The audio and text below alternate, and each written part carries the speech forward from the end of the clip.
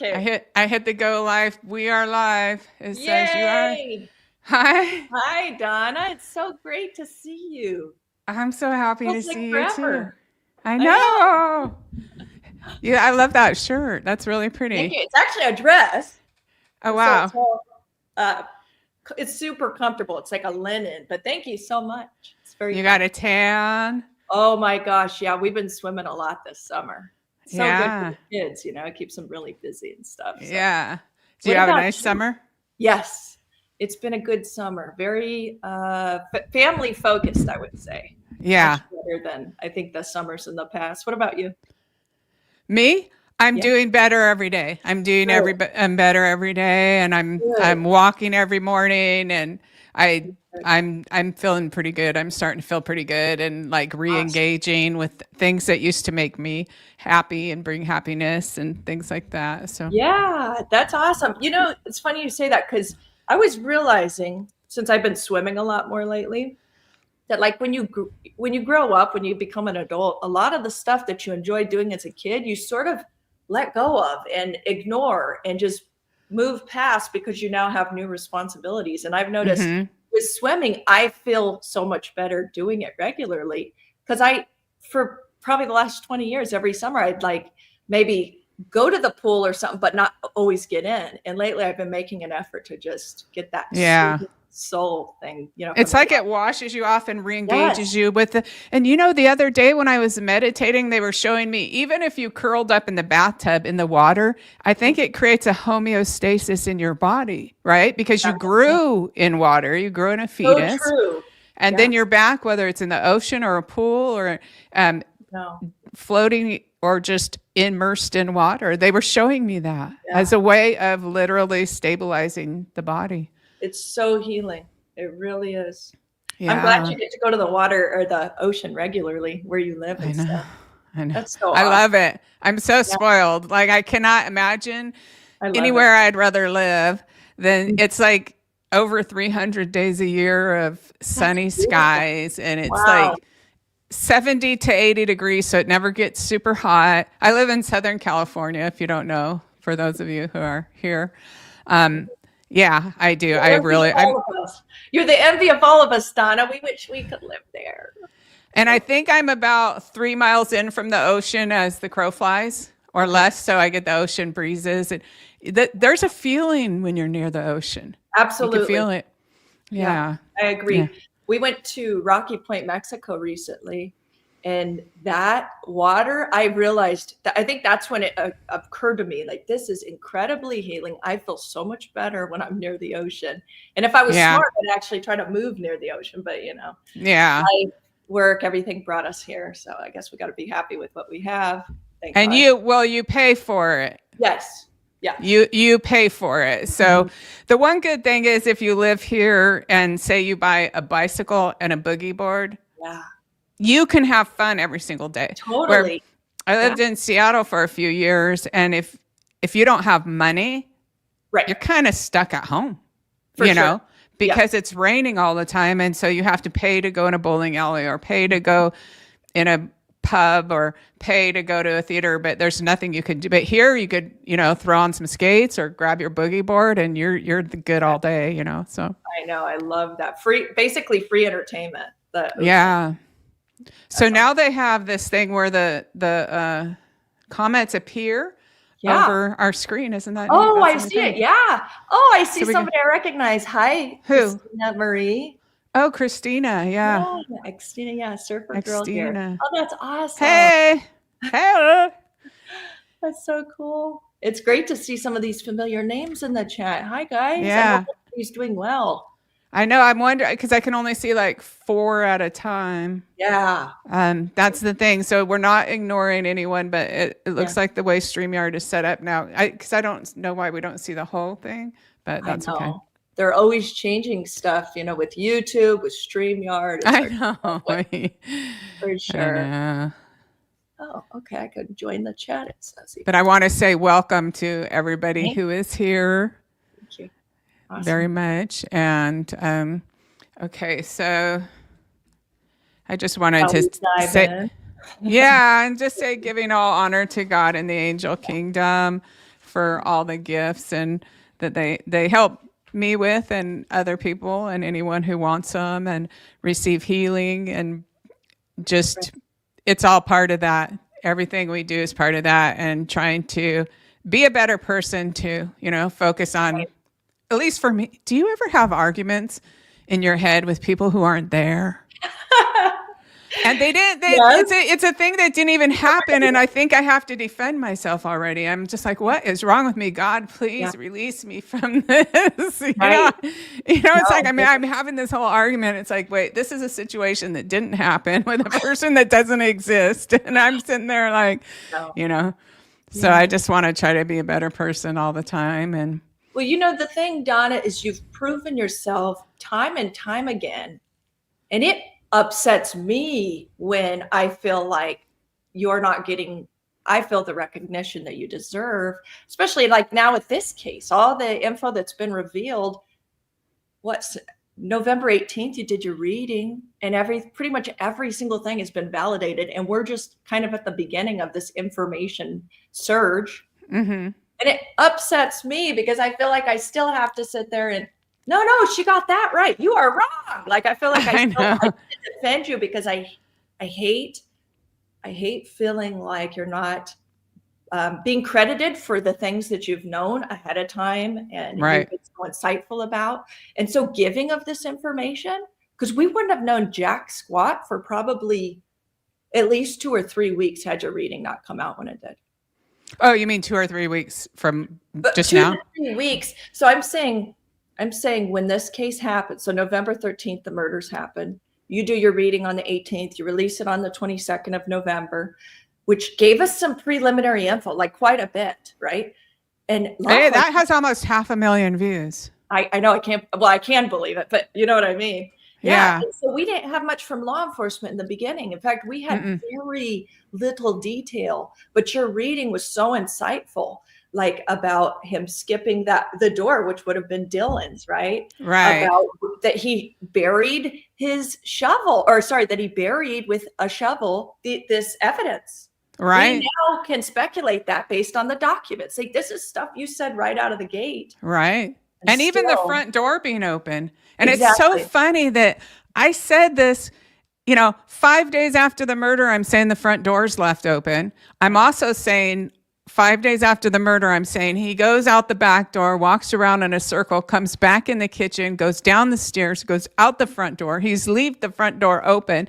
Right. And yet people are still going, no, oh my. It's like you can read the PDF documents, you can listen to the reading. And yes, that is true. And what really bothered me, because I think for about a year, I kind of didn't really put much out on this case because there wasn't news stories, right? And then all of a sudden, I realized that what had sprouted up as a result of all the censoring of the information that they did, it really had a kind of bad reaction because people made up stories. So then the channels that were covering it, they were a bunch of fake conspiracy theories, and they're sitting there every single night raising money with these fake with these fake conspiracy theories. And then that's why I started making videos again a few months ago, was like, wait a minute, you guys, because they were just attacking Dylan, attacking her. And I just thought, could you imagine being the victim of a horrible, could you imagine how terrifying that whole thing is? And then they're attacking her for being a liar because they're claiming that Bethany says she saw someone out the front door. And that's why I started, that's why, hey, look, here's these clips. This is what occurred. Both young women are correct, And so I made a few videos trying to clear up some of these conspiracy theories. And a lot of people attacked me again, but I tell you, after the Lori Valow case, they don't even faze me. I'm like, That's good. That's block. But for me, it puts me in a place of like, okay, fine. I'm not making videos anymore. Like, I don't care anymore. I don't want to fight with these people. They're nut jobs. Like that chick that came after both of us a few weeks ago. Oh, I don't know if her. Well, you do. I just won't say her name. Yeah, don't say her. Oh, okay. Yeah. You, and then she totally attacked me.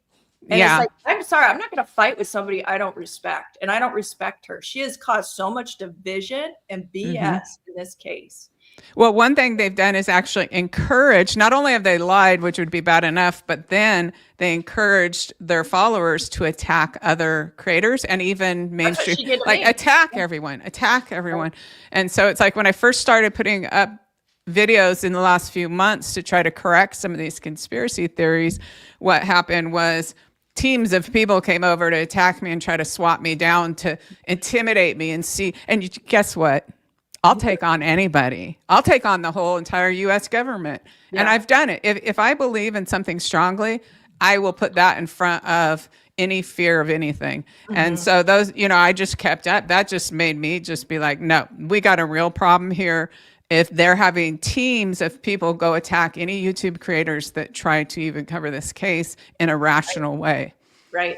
So that all that was left was the conspiracy theorist, That is seriously, with very few exceptions, that is the only type of channel that has been covering this case for 2 years now. Right. I had to walk away. I couldn't stand it another minute. I was like, maybe when they start releasing factual info, then maybe I'll chime in eventually.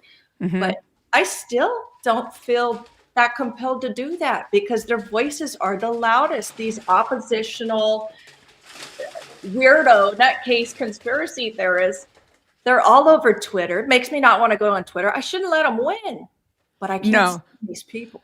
No, they're losing steam. They have their followers anymore, but there's so many other creators now that actual information has come out that are putting out information and reading the documents that I don't think you need to worry about it anymore. Like there's 2 or 3 a day. I don't mind at all if someone wants to come on my channel and go, I think Bryan's innocent and, whatever.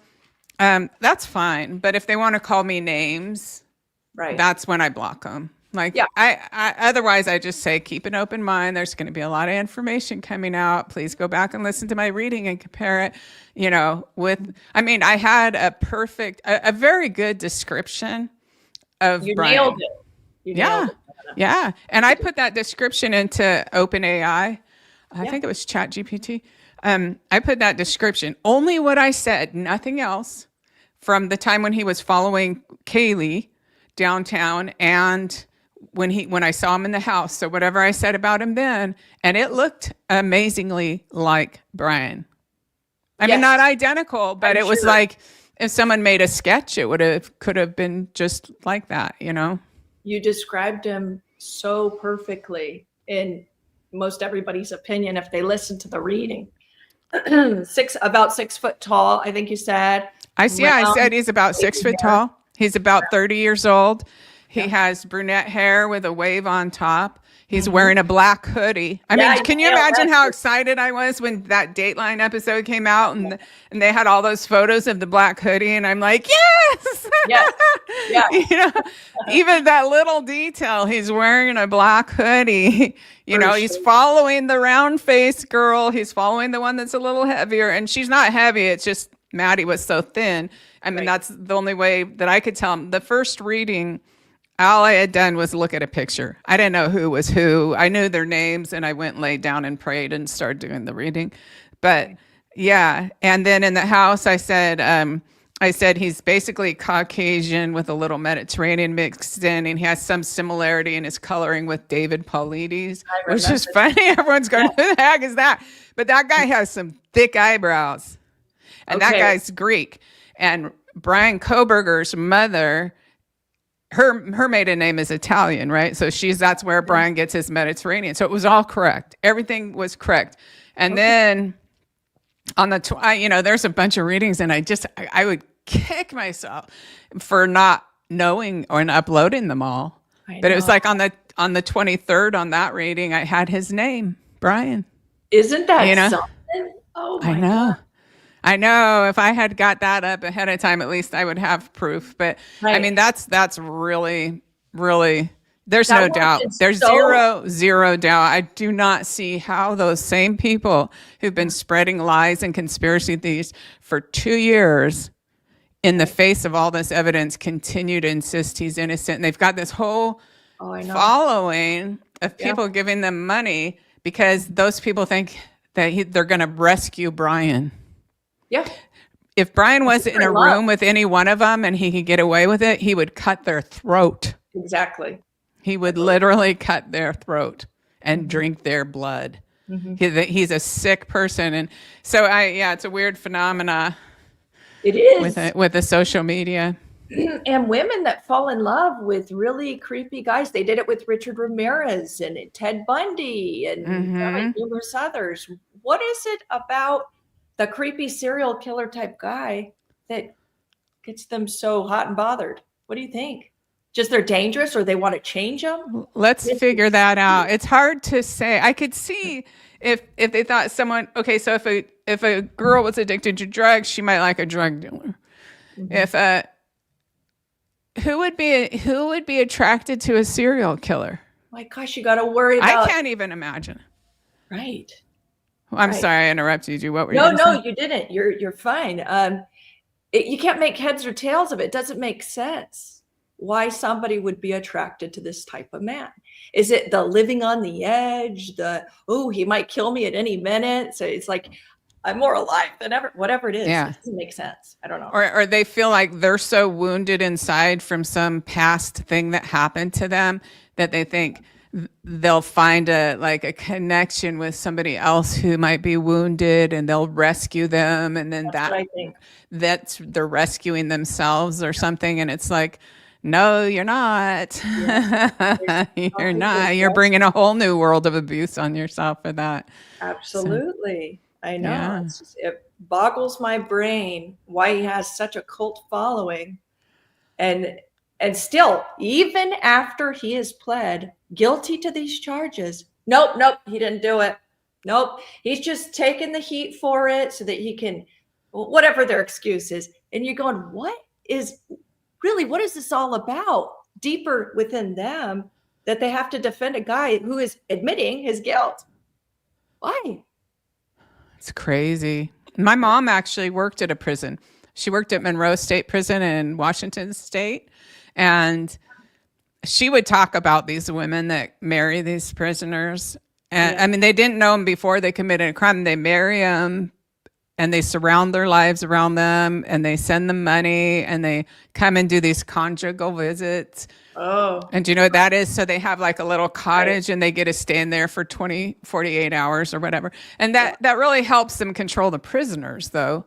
You know, the prison. Frustrated. Right? And they have something to look forward to that they can take away. It's like you're not going to get your poontang if you throw that oatmeal at the wall. You know, it's like that's true. You could control a whole populace. Yeah, totally. My mom said it is what is like the number one most easiest way to control them because you just threaten to take that away. Right. But the women change. They upend their entire lives. They live in total abject poverty, and everything goes to this prisoner. Oh, this is the other thing. The prisoners make a lot of promises. Okay. See, they don't have to. They're not in a position to carry any of them out. So the woman goes into this fantasy world with them, where when he gets out, if he appeals, he's going to be the man of her dreams. Mm-hmm. And my mom said that, like in the prison, there'll be one person that's really good at kind of writing poetic love letters. The other prisoners will pay that person to write letters for them. So it's unoriginal, in other words. Yeah. They're not even the one who wrote it. And they're writing these. And the woman's just sitting there going, oh, my God. Oh, my God. Yeah. It's so nuts. Wow. Your mom must have seen a lot of things then. Yeah. And it changed her. That was the sad part of it was because I grew up with this very liberal mother and very non-judgmental. I never heard her say a racist thing in her life. Like, you know, pretty easygoing as far as being a parent. I mean, she wasn't a very good mother because she was gone a lot, but she wasn't But when she graduated with a master's degree in social work, And then she really liked her job. She was a sex counselor. Really? Yeah, for women that couldn't orgasm. Okay. So she helped them. She even taught a class at the community college, teaching a 10-week class on, and I helped her put it together. So I'm like 14 going, really? But, wow. Yeah. And she really liked doing what she was doing, but she just didn't make enough money. So she accepted the job with the state. And within a year, she literally became a different person. That's interesting. She would walk around trying to warn me of everything. Like, okay, a lot of people come up, like if a girl a female or something doesn't have her car doors locked while she's driving, some people stand around the intersection corners if they spot that, and they'll just walk over and get in. And that's how they rape. Jeez. And a lot of them have raped like dozens of people before they even get caught one time, because most people are so embarrassed they don't even report it. And then like, a lot of rapists actually work in pairs, surprisingly. Not all of them, but a lot do. And so they'll have one act real scary, so the female runs to the other person who's pretending he's going to help them, but then they throw the person in a van or something. So she was always trying to warn me, lock your doors. And then she wanted me to buy a dummy to put in my passenger seat. Oh, gosh, that's wild. Yeah. I mean, it makes sense. Yeah, and then but I saw her like come home and swear, like just with anger, and so she just became a little different. And I noticed that sometimes when I talk to cops too, like they're real cynical, and not all of them. A lot of them are real. And this isn't a mean thing, but it's just like, they see everyone lie to them all the time, right? So they quit believing people. So these kind of jobs do change people, I think. Oh, I'm sure they do. Speaking of cops, relating to the Idaho case, what do you make of all this? It feels like this protecting of Bryan. Do you feel that so far, like the prosecutor, for example, I feel like he's preventing this flow of info still, because even in his interviews, he's not telling it like it is. They're still acting like this wasn't a sexually motivated crime. And you know it was. Oh, it was very sexually motivated, extremely. His fantasy is assaulting someone while he's killing them. Mm-hmm. And one thing that, like, I felt really sad when I was reading these PDFs that came out, when I saw the knife wounds I read about the knife wounds on Madison. Did you see that on Maddie? She was cut like this from her eye down to here. Right. And do you remember, I think it was in my second reading, I'm not sure, but I was talking about this in one of my videos in the last few months, but the readings are from a long time ago, but I was talking about this again, because it bothered me how these conspiracy theorists are trying to make Bryan seem like this nice guy that needs to be rescued. And I'm like, you guys need to realize how evil this person is. I saw him on top of Matt. I got chills on my legs when I said that. I saw him on top of Maddie, and Maddie was trying to close her eyes. And I didn't see the part where he did that, but I saw him on her doing something, just pure evil, trying to make her open her eyes before he like plunged the knife in. He wanted to be looking in her eyes, so I can only imagine that that's why she's closing her eyes, so he's trying to force her to open her eyes. I mean, It's like when I see those cuts, I know based on my reading where some of those cuts came from and how they happened. And that made me kind of sad to see that. You know, Donna, recently I read a really good book. It was about the Night Stalker, Richard Ramirez. Mm-hmm. And I kind of think the more I find out about some of these serial killers, that he seriously took a piece of each of their playbook. And Richard Ramirez, and you might remember this because you were living in California when he was hit, right? I don't know which years it is. I don't remember. It was in the 80s. It was like, definitely. 85, maybe. It was for a long period of time. But what he did in one of his murders was he removed, I think it was the eye or the eyes of one of his victims, and he put them inside of a little box. And it made me wonder when I read that about Madison's eye, if that was maybe his goal was to take out her eye and take it as a souvenir. It could be. No BS. That's what I thought when I read that. I was like, he he copied them on so many levels. He did. It's like, if you want to know what he did, just compare with different serial killers, because all along the line, he was doing little copycat things of serial killers. He absolutely was. I know. And even with one of the Night Stalker's victims, he had, just like you described with Kaylee, he had plunged the knife in and really opened her up. And I know this is very graphic. And while she's alive, could you imagine laying there alive, someone's doing that to you? I know. And that was straight out of what's his name? Richard Ramirez playbook too, what Bryan Kohberger did to Kaylee. That was horrible. Just horrible. And the first reading that I did, when they brought me into those rooms, when he went in there, like when he went in Xana and Ethan's room, I put my head down. Like, I did not want to see. Right. Like, I can make the light be dark. I can't stop what the spirit guides are showing me. I can't stop it. And maybe it's because they're bringing me into a thing where it already happened, and I'm just standing there while it's going out. But the next day I did a reading, and I didn't even realize that until about 6 months ago that I had done another reading the next day. And in that reading, I sound real calm, and I'm talking about the different, step-by-step blows. And I think they put so much spiritual energy around me that it didn't traumatize me, because I sound real calm while I'm talking about it. Almost accepting that of the fact. Maybe? Just factual, not emotional, just factual. Like, I think I just didn't want to see it the first time, but on that first one though, they forced me really, to watch what he did to Maddie.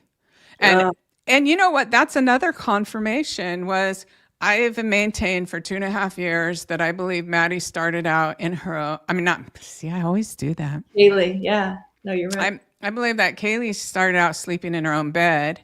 And I don't know if you saw the PDF where the police say that her bed was made, and even I keep saying the sheets were turned back, that she got in. That's exactly the words that the police used, that they just released a few weeks ago, that the sheets and blankets were turned back and it looked like someone had started out sleeping there.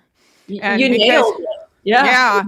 Because in that reading, what I saw, and that's probably why she yelled, "There's someone here," if she's the one who yelled that. I don't know if it was her or Xana, but that area right at the top of the stairs, I think she went there, and Bryan and her, it was like, she had no, but then he shoved her into Maddie's room, and I saw him cut her stomach open. Oh, I saw it. They made me watch that part. Like, I wasn't able to block that part out. So that part, I guess, was important. Like, the spirit guides know what's important. Right. And what's not, Yeah. And then it was a couple weeks after that Steve Gonsalves talked about that. He did. And more recently, like maybe 2 months ago, he got into a little more detail that she was really cut open. Exactly how you described, Donna, back on November 18th, 2022. Yeah. And you know what? That reminds me of another thing. You know what? How Dylan said there was something at his waist that seemed a little triangle shaped? Yeah. I'm not sure what it is, but about the container. But besides that, what comes to my mind is a fanny pack. Oh. If he had a black fanny pack, to throw the container in. But so if it's strapped on him, they do bulge out kind of where in the dark it could look like it has that kind of shape like that. Interesting. And then I see he took a jar of blood. And I'm telling you, when I've listened to these readings that I've never uploaded, and I still haven't even listened to all my own readings. There's so many, but he is so comfortable and so knowing of what he wants to do with that blood, that there's no way he had. I'm not saying he's killed people, because I don't know. I didn't do a reading asking about that. But as far as the blood, he could have also got it from animals. He uses it for sexual gratification, and it wasn't something new. It wasn't something like, "Oh, I'm going to do this." It was a ritual routine that he was very familiar with, and he knew exactly what he wanted to do with the blood. Oh my gosh. And validating to that point you just made, Donna, is when he was arrested, and eventually as law enforcement was releasing some of the records, one of the things found on his mattress was blood. And when I heard that, I was like, Donna again. Yeah. Donna, got it. Yeah. And what's even with his hair? Like he took a shower, put on clean clothes, but his hair, it's like, it was so red. I know. Honestly, did he put blood in his hair? That's what I suspect, because it looked incredibly red right here. And I thought, well, did he dye it, or is this like blood? And other people were, I think it's blood. I'm like, yeah, I think you're right. It could very well be. It could, because like I saw him with one jar that was like the size of a 2-quart jar. Oh my gosh, that much? Yeah. So it'll be interesting. Well, it had a body part in it, but we'll see when the autopsies come out. Because now, I don't know if people know, anybody can go on the Moscow Police Department website to look at these PDFs. They're not even hard to get, but essentially they're kind of more like a record of what was done day to day. Rather, there's some of them that have some information, but really a bunch of FOIA requests. So the actual autopsy is not in there. And I think we'll learn a lot more about that. So... But then when I saw him sexually gratifying himself, he had a little jar. It was like a baby food size jar. And he dipped his finger in it. And so it wasn't like he poured it all over, because obviously it's precious, right? I don't know if that's the reason, but he had a baby food size jar and he dipped his finger in it. And then he just put some on his private. And then he started doing it literally. And I'm just like, yeah, the first time I saw him, I'm like, oh my God, this guy's so sick. And I think it was either the same reading, or on the 26th of December, I did a reading and I was so worried, I guess is the best word, that he was about to kill his mother because of that reading. They showed me. I mean, he was going to put a meat cleaver in his head, and he wanted to. He was like this far away. He wanted to if she even brought up any, are you the person, or any suspicion, or just even started commenting about him. And he was ready. And just think, if he in the kitchen, he had whacked his mom over the head with the meat cleaver, then if the dad tried to grab him, the dad could get killed too. Yeah. The sisters could get killed if they were there. I mean, he was still in killing mode. And you could see the killing mode. You see, he's almost looks totally different in different pictures. Oh, I know. And the eyes are really weird to me too. They change colors. Right, because they turn black. They look black. Mm-hmm. When they're turned black, I think that's when the demons got most control over his body. Yep. But so he was going to kill his mom. I was super worried about, and also his coworker. He wanted to kill one of his coworkers. If one of his coworkers had started saying, "Ooh, you might be the killer," he might have killed that person too. Like, he wanted to kill he actually wanted to kill his coworker. That coworker is lucky to be alive, and the mom. And then I was like, I was just running around my house going, "Oh my God, oh my God." Mm-hmm. And so then I just turned on my camera for like 10 minutes and I'm like, this man is about to kill his mother. Remember that? I put it on the 28th. I think the police, I really, because some people said, why did you arrest him then? Why didn't you wait till you had a little more or whatever? And I think they heard that. And they arrested him about 30 hours after I put that up. So I put that up on the 28th, and then you have the 29th, and then the early morning hours, which is technically the 30th, but just about 30 hours after I put that up, they arrested him. And I feel like I was hearing, and I can't recall where this is from, but like as early as the 19th of December, I think they had his name. Does anybody recall if that's the case? Because I feel like that's what I've heard now a couple times. So they were really watching him. They were waiting for those results and stuff. And then they get it. And then they had to figure out, okay, how do we go about this? Yeah, without him doing anything. Yeah, because he had a gun, right? He had a gun when they, Right. Yeah, he did. Yeah, so that was his mom is lucky to be alive. Wow. And he loves well, I say love, how about in quotations? He claims to, or he seems like in a sense, he really cares about his mom, maybe more than his dad.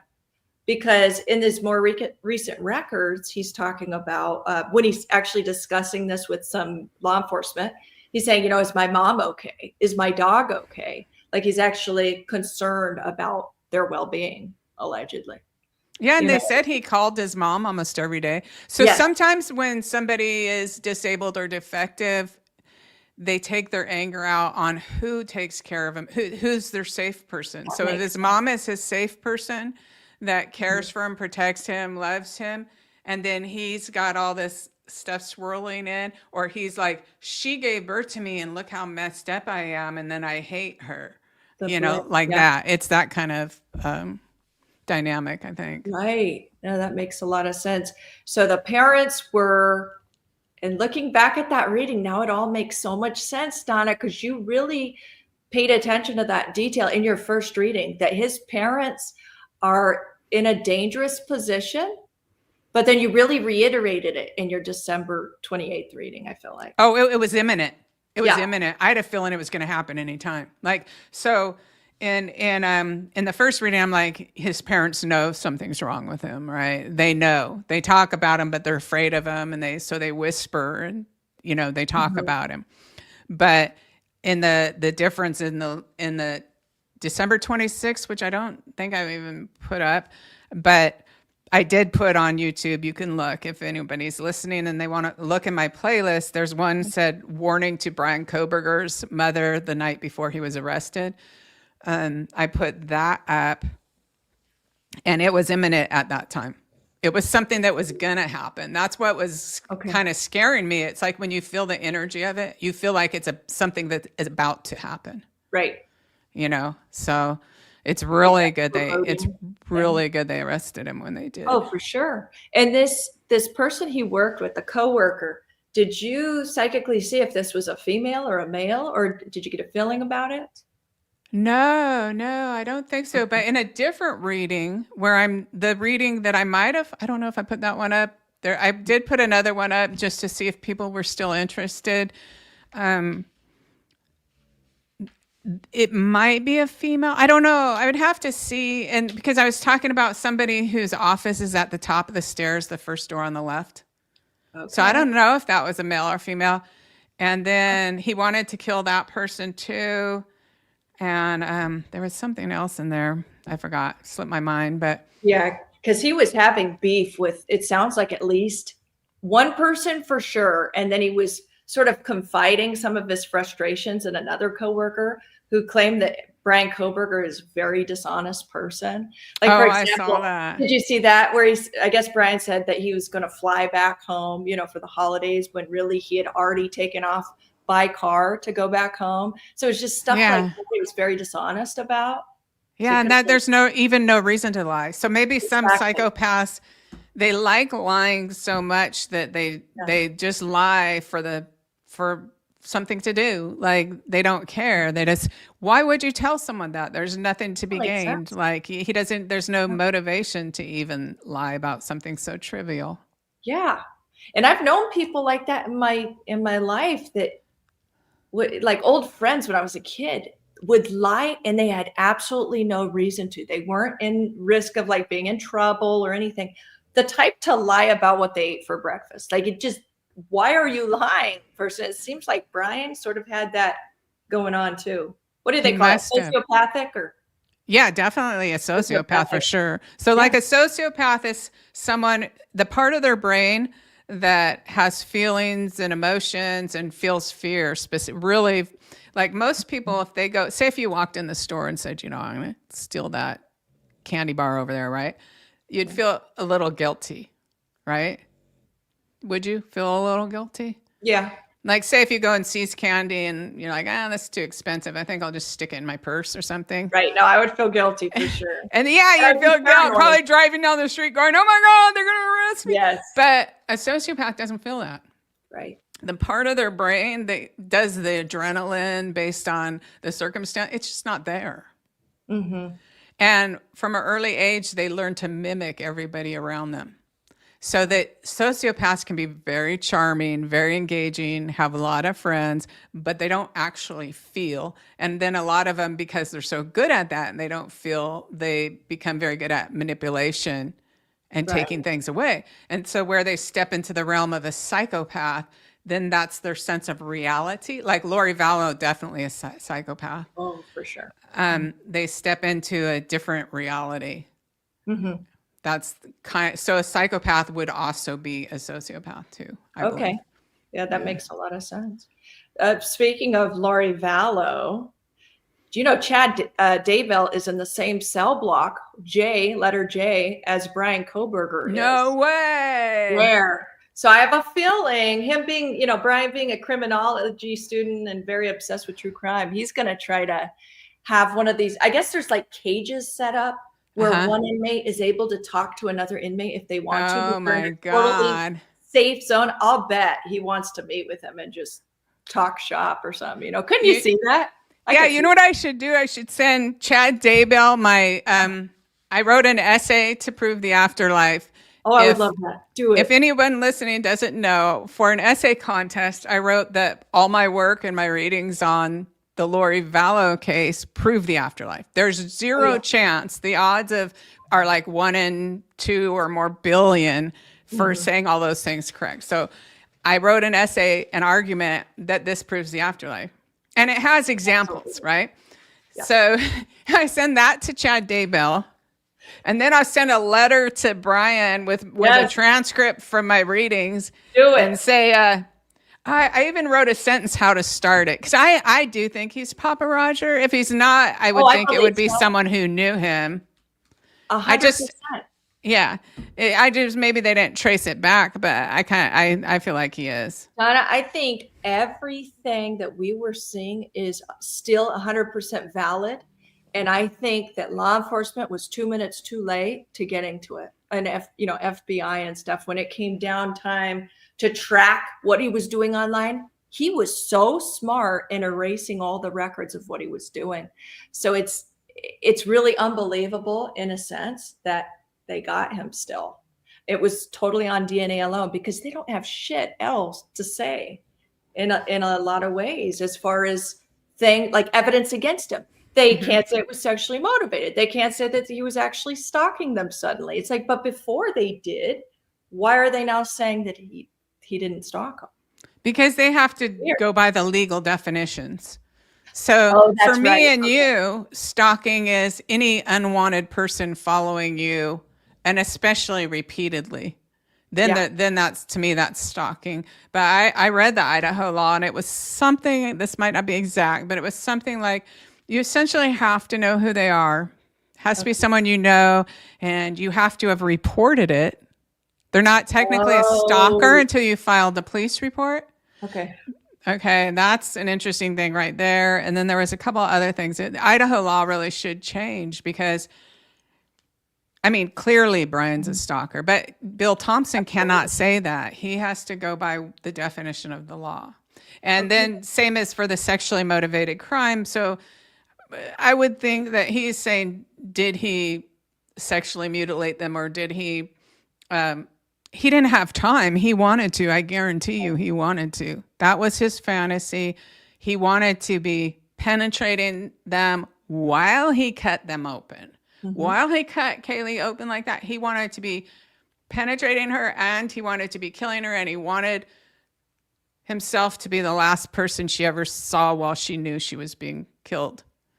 He's evil. He's mean. He's not even just someone who goes around killing people. Like these people that do this, they thrive on the torture. They thrive on the fear. Yes. They feed off it like vampires. Completely. And his reason for not, I guess, conquering that fantasy and enacting that or reenacting that is because he was limp, right, Donna? He was a limpy. He was a limp noodle, whatever you want to call it. He was just shooting it straight. The little Kohberger lovers of Bryan Kohberger are going to get probably a little butt hurt over me saying that. But yeah, isn't that right? It reminds I me of don't a know post. about at that moment. I think what was going on. See, I know for sure they showed me that he had made himself this time frame. Yep. So I know for sure he was trying to do everything in the time frame. So I don't know if when did he leave his house? Around 2:30 or 3 or something? Like, he did. Like, I feel like 2:39 or something. So he planned on having a couple hours. Yeah. You know, before the sun comes up and all that kind of stuff. Right. And he planned on having more time in there. Yeah. And if the DoorDash driver wasn't there, and if he didn't have to keep, you know, the lights on and the girls are up late, he waited for all that and drove around and around and around. And I even say in that first reading, I'm like, oh, he parked here. Oh, he parked somewhere else. I think like, I didn't know what I didn't know that he was circling the block. I just knew he kept moving his car. Right. I think that everyone would be dead there. Like, I think there's some common misconceptions. People that look at the case and they don't really know it keep trying to give him human attributes, like, oh, he just was nice and this, that, the other. No, because in that first reading I said he skips the next obvious door. So I'm seeing that there's a door for him to go in to kill somebody, but he wants to get to that door upstairs. But I mean, I don't see how my spirit guides would show me over and over and over and over that he entered the kitchen and went to the room on the left first. And I even last night was listening to a well-known, you know, expert claiming that he didn't want to kill Xana and Ethan. So this well-known expert is saying he didn't want to kill Xana and Ethan, and he had no choice, and all that. That's not true. That's not true. And you know how Ethan's back of his legs were cut? Yeah. See, I think Ethan was sleeping on his stomach. And so he cut his back of his legs so he would roll over, so then he could stick the knife into his clavicle and cut his throat for the kill things. And so a lot of these, you know, the experts, that they've got jobs and other things they're doing, and someone probably hands them like 2-page synopsis and tells them to, you know, and so they really don't know. But when Bryan was arrested, the first thing that I did was I went on social media looking for everything I could find about him, because I knew within hours there's going to be 20 fake profiles of Bryan. Absolutely. I can't remember if it was, I think it was TikTok, but I can't remember if it was TikTok or Instagram. But I found his profile and he was following his sister. Yes. You know, it was and family members. It was obviously the real profile. Thank you for saying that, Donna, because I am so frustrated with law enforcement saying that there was no links to them, because I saw it with my own eyes that he was attached to his sister, like they were following each other, and then he was attached to Maddie and Kaylee. There was a clear connection. There's even this guy that has come out on a channel called Forensic Frenzy. I wish I could remember the guy's name, but basically he was hired early on, I think, by the defense team to see if there was any link to Kohberger. And sure enough, to the victims. And how it works is it's like an algorithm that this expert goes off of, and it goes by financial records. And sure enough, through financial records, it linked their profiles together. Oh, it did. So the Forensic Frenzy was able to do that? One of their guests that they had on. Oh. And sometime I need to clip this and maybe have her on to talk about it, because this guy was so well versed. He created the entire system that found the connection to Kohberger and the victims. And then they totally ignored it the whole time in court. It's so frustrating. He absolutely was following them. And he was also on Spotify. And I noticed in the records, the more recent record release, that when law enforcement pulled those records from Spotify, they got no, I guess it's that Spotify actually didn't give them the information. Oh no, you know what? My fridge guy might be here, Donna. I'm going to mute you.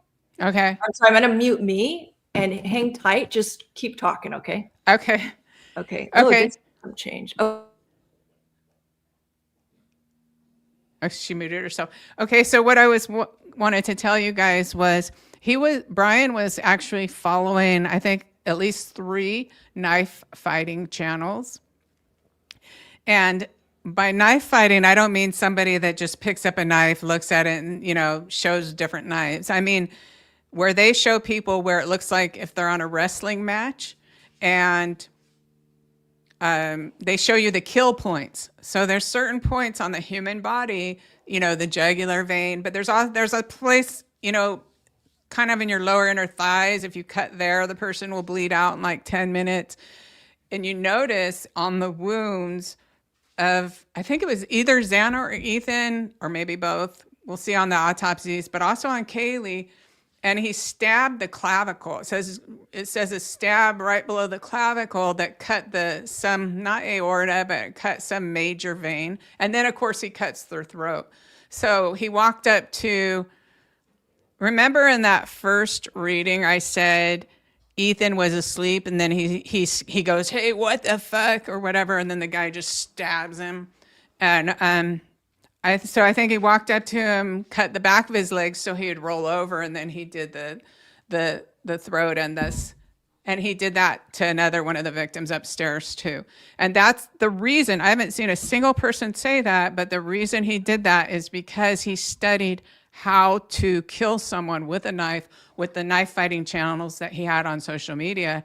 And one thing interesting also about those knife fighting channels, it seems like, I don't know if serial killers signal each other that way or men that hate women, but a woman's breast, if you look up the symbolism, one of the things is an apple. In art, an apple will symbolize a woman's breast. And yeah, so that was what Bryan was following. And I'd like to remind people, because I think most people forgot, there was an interview with his upstairs neighbor, and the upstairs neighbor said that every morning at 3:00, Bryan got up and made a bunch of noise. No, actually Bryan was above him, so it was his downstairs neighbor. She said for about an hour, Bryan would run all over the apartment, back and forth, in and out of rooms. So he was actually training his body so that at 3 a.m. it would be at peak performance. He was training for this for months and months, and he didn't just happen upon this house. And then the other thing he did was, we know he could run an 8-minute mile, and he went regularly running and hiking. Now, if you look at the distance throughout that house that he would have had to run, I calculated it before. I mean, just even being generous about it, was only a couple hundred feet. And a mile is 5,000 feet, okay? And he could run that in 8 minutes. That means he could run 1,200 feet in 2 minutes, literally. 1,200 feet in 2 minutes, but a room, like a bedroom or a living room, is only, 20 feet across in a living room. And then up the stairs, 20, 40, 60, 80, he only had to run a couple hundred feet through that house. That just takes seconds. And also, I actually, when I was in college, I took a class, Women's Self-Defense, and we were taught that it only takes 3 seconds to cross a living room. So if somebody breaks into your house, you have 3 seconds before they're at you. You have to know before they come what you're going to do. And if you pull out a tool, you need to use that tool immediately. Once you pull it out, you use it. So for people, a big thing is like, I don't see how he could have done that. It would have been so hard. He wasn't climbing Mount Everest. The human body is very, very soft. And even muscle, which is meat, when you go to the grocery store, if you buy a roast and it's not cooked yet and you cut it, it's extremely easy if your knife is sharp. Okay, so what he did wasn't hard. The hard part for most people would be the emotional part. Most people would feel bad. Most people would not want to do that. And if they felt self-defense, they would still probably have a problem. That would be the actual hard part about it. But if you had zero feelings, zero emotions, and nothing but rage, this guy was in so much rage when he did this. You listen to that reading at what he was thinking. I'm like literally in that reading repeating his thoughts as I'm being given to them. And if you're new to my channel, this was a deep trance reading, the first one, where I literally pray myself into unconsciousness. So I was so mad when I read the article. Since my own daughter was murdered, it just shattered something in me. And I saw everything for how it really was, in the world. It just, all the illusions were gone. And how fake our society is. And on the mainstream media and the fake stories. So I decided to turn off my TV reception just for an experiment. And within a week, I literally started having my own thoughts. And I was like, oh, that's interesting. Because everything you watch is programming you. It's training your brain. And I started having my own thoughts. And then I thought, I'm going to go for a month. And then at a month, I was like, I'm going to go for 6 months. And before 6 months, I knew I have not turned on my TV reception in 14 years since my daughter was murdered. I'm done. I'm over it. I don't want it. And I do have YouTube, though, so I watch things, and I have a television. It's not like I cut myself off, but I choose what I put into my mind. And I forgot where I was going with that, but I totally forgot. Let's see. I can't even remember. There was a point. There really was a point. Let me see if anyone has any questions. Let's see. If you have any questions, you can just let me know. If you have I can only see, if you put a question and I didn't answer it, just put it again, because this is a beta thing with StreamYard, and they only show 4 at a time, so I can't just see all the new comments. There's no button for that. I'm just going to send a text to someone. So if you had a question, here's a question. Let's see. Someone says they don't understand how they could do it in that fast. That's what I'm telling you. He could run 5,000 feet in 8 minutes. And he did it on a regular basis, and he did it at night. And he got up every night and trained. And he also studied on his knife fighting channels where to stick the knife to kill them instantly. Not totally instantly, but, to make sure he won the fight. He won to kill them. Let's see. It goes so fast, and there's 4. I wish I could figure out how to make it go a little slower. Okay, I'm gonna look at the comment thing, and then will he get beat up in prison? Right, I heard he's in the high security place. Oh, Margaret says, do you think they will ever find the knife? I actually have a bunch more clues about the knife. So what I'm waiting to do is I want to upgrade my Otter subscription where you can put a reading into there. I have a bunch of readings I've done about just the knife even, but I can only put 10 a month with the subscription I got. So I'm waiting to upgrade where I can just put them all. Is that on lots of cases and lots of readings I've done? I have about 3,000 readings recorded, and it's too much work but I have clues about the knife. I'm collecting all the clues I see out there. And, I did a video about the shovel, but we can't assume, okay? Bryan got rid of his spare tire and bought a brand new spare tire and got rid of it after the crime and got a different spare tire. So that's how meticulous he was about making sure there was no DNA. So is he stupid enough to then use a shovel and not clean it, or did he bury something else? So is the knife still in one place, and then maybe he needed to put his extra blood or something, maybe if he thought the police were following him, and so maybe that's why it has some, and I don't know either way. You can never underestimate these criminals, because even with Chad Daybell, you would think, who would be so stupid in the state of Idaho where there's massive land where you could go up and hide a body, but to bury them in your yard. What an idiot. So is Bryan just stupid enough to carry the same shovel as his knife, even though he has almost a doctorate degree in criminology? Or did he bury something else? So you have to keep both options open as far as looking for the knife. And then, I have a few more clues I held back because I kind of want to drive up to Idaho. if I can gather the resources, and I also want to go through the rest of the readings. I do have some more clues about his knife, but they definitely showed him burying it. And at one point, I can't find the reading still, but I was listening to part of it, and I was saying, why is he carrying that bag of concrete?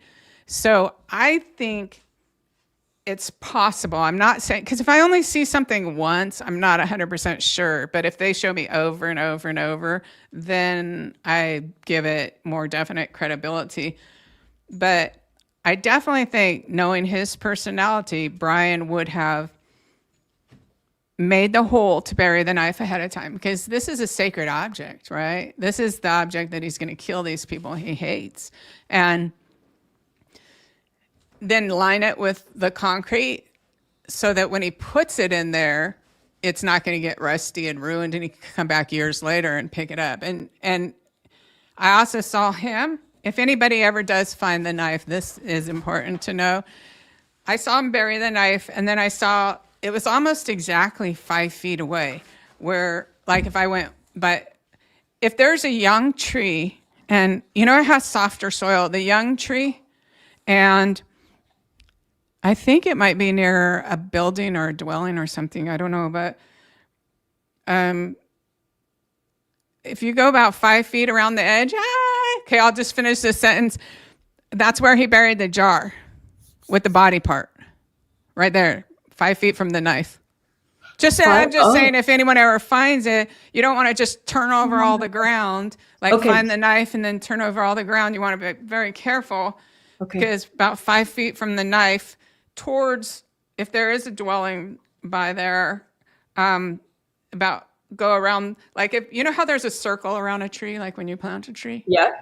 Because you put in this different soil. Yeah, so if you went followed that kind of circle around about 5 feet from where the knife's buried, that's where he put the jar with the body part. I mean, that is so precise, Donna, your information. They showed me a bunch of times. So can I just air my frustration with these experts? Yeah. When I listen to them, I can't help it. I get angry sometimes. I go, to me, there is no better expert than you who can actually attach and embed themselves with the mind of this killer, where you see every detail that happened. Like, these experts, they don't see everything. You do, and it's proven just from your readings of Chad Daybell and Lori Valow and that whole case, and now with this case, you've proven it. And so you describing this location so well, there's nobody else that can do that, in my opinion. No, I have a real gift for this. I've had, if somebody's new to know, I've had at least 2 family members murdered, and probably 3. I say that because my first brother that died was probably a murder, but not for sure. And then my second brother was shot in the chest. And then 20 years later, my daughter was murdered. So there's been a lot of murder in my life. And I majored in criminal justice, and I earned a bachelor's degree in criminal justice. And then I've worked in an institution. I've worked, my mom, after she quit working at the prison, she opened a domestic violence treatment center. So I worked there for her sometimes. And I also worked at juvenile parole, monitoring people in the sex offenders and every other criminal in the community. And I volunteered for 8 years at a violent crime place, helping families of murder victims. Yeah. Traumatized people. And so it's not even like I come from nowhere. Right. And on the Lori Valow case, it is just disgusting and shocking to me that the people covering it, they watched me, they knew about me, but they never mentioned me the entire time, as if I'd. And then Detective Hermosillo lied on the stand. He did. I'm gonna call him out, and he could only have done that if he had conspired with the prosecutor. Yeah. Because they did it in both trials. There's like 25 to 50 cops. There's so many cops working on that case. Not a single one of them said anything like that. Except those 2, Detective Hermosillo and Rob Wood, in both trials. And then, it's beyond frustrating. And then, and here's the ramifications of all of it. When other little children are missing, if I had got my work recognized, then a cop might listen to me. I know. And part of the reason I do a little skimming off the top, reading on Lily and Jack, but I didn't even go into a trance or anything like that. I'm like, yeah, I'm good. That's like, I call it skimming. It's almost like if you were flying and you just like skim down a little, grab a couple little pieces in, but I don't want to see what happened. Because why bother? I know. I in Summer Wells, I called Detective Pruitt 5 times. He wouldn't even return a call. In Dulce Alvarez, missing 5-year-old, where this guy's going to kill another child. He will kill another child, this guy, for Dulce Alvarez. That cop said he'd rather be fired than talk to a psychic. So Nate Eaton and all the people involved with the cover-up, the lies, the ramifications go beyond this case. And it's not about glory for me. What it is about is things that matter. I know. Because when the shooting happened, say with Trump or whatever. Yeah. So I wrote to places like the State Department. I wrote to all these different official government places. Mm-hmm. One of them responded that they did a background check. They looked at me, but I was lying because there's no record. Yeah. They said that they even named Detective Hermosillo. In fact, that's how I began to know it was such a problem. And I put up that video a couple months ago, like, I got to address this, because it would be one thing if they just did that and we all moved on. We're not all moving on. They told me that because he said that I was committing fraud by even claiming that I put up information about where the kids were. And therefore, they didn't want to hear what I had to say about who shot Trump.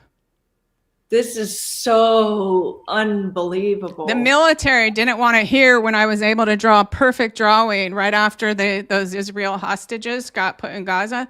Yeah. I was able to draw. I knew it was a good read. I knew it was a really good read. And I was able to draw an underground thing where a whole bunch of them were. And now I got threatened by YouTube to take it down for taking advantage of a situation when I'm really just trying to get attention and say, hey, there's a bunch of people here that could be saved. Right. And that's on Detective Hermosillo and Kay Woodcock and Nate Eaton and all the people that conspired to lie for 5 full years. And now they're going to CrimeCon to lie some more. I mean, I'm just being honest. I'm trying not to be a mean person, but I'm just trying to be honest about the ramification of lying on the stand that occurred in that case. Oh, and that's the truth. It's like there's other kids missing. And I tried to explain that to a family member in that case. Like, this is not just about Tylee and JJ. One, it's about proving. Yeah, it's about proving the afterlife for one thing, and finding the bodies, making sure the bodies were found. Yeah.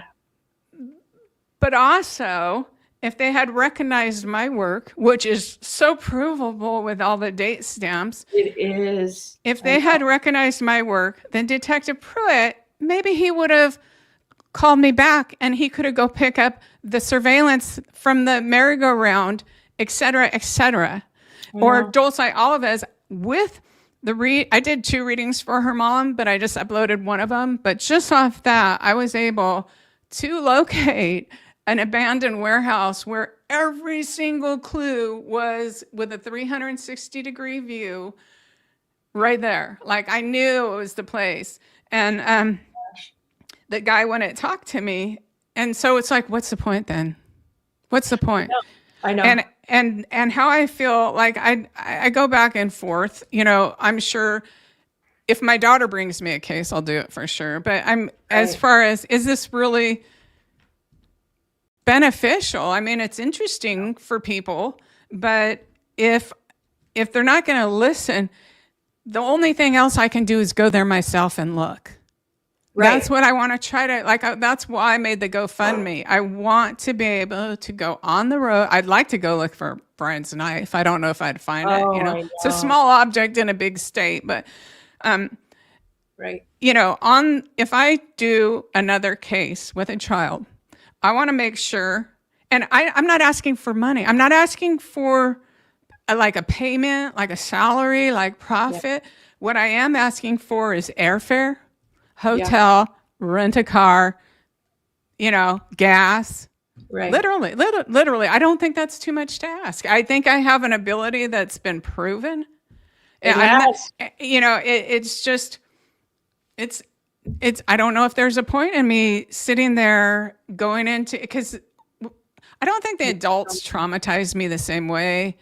I don't feel all that traumatized for some reason when I do those ones, but when it's the children, it really traumatizes me. I walk around crying and get real depressed, and it's like, oh, and besides that, deplete, give, but there's nothing coming back, and then I'm totally depleted, and it's like, I just give this example, and like in the Lori Valow case, there was like 10 or 12 readings up there. Every reading almost, I go, oh, there's a trapper that walks by, and he's dressed like Daniel Boone, and he's dragging this sled, and it's full of furs or whatever.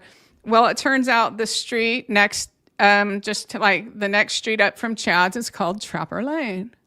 Exactly. But all the hours on Google yielded nothing because the state had made that a numbered street, like 213th. I don't know the number, but the locals, they left the Trapper Lane sign up and they still call it Trapper Lane.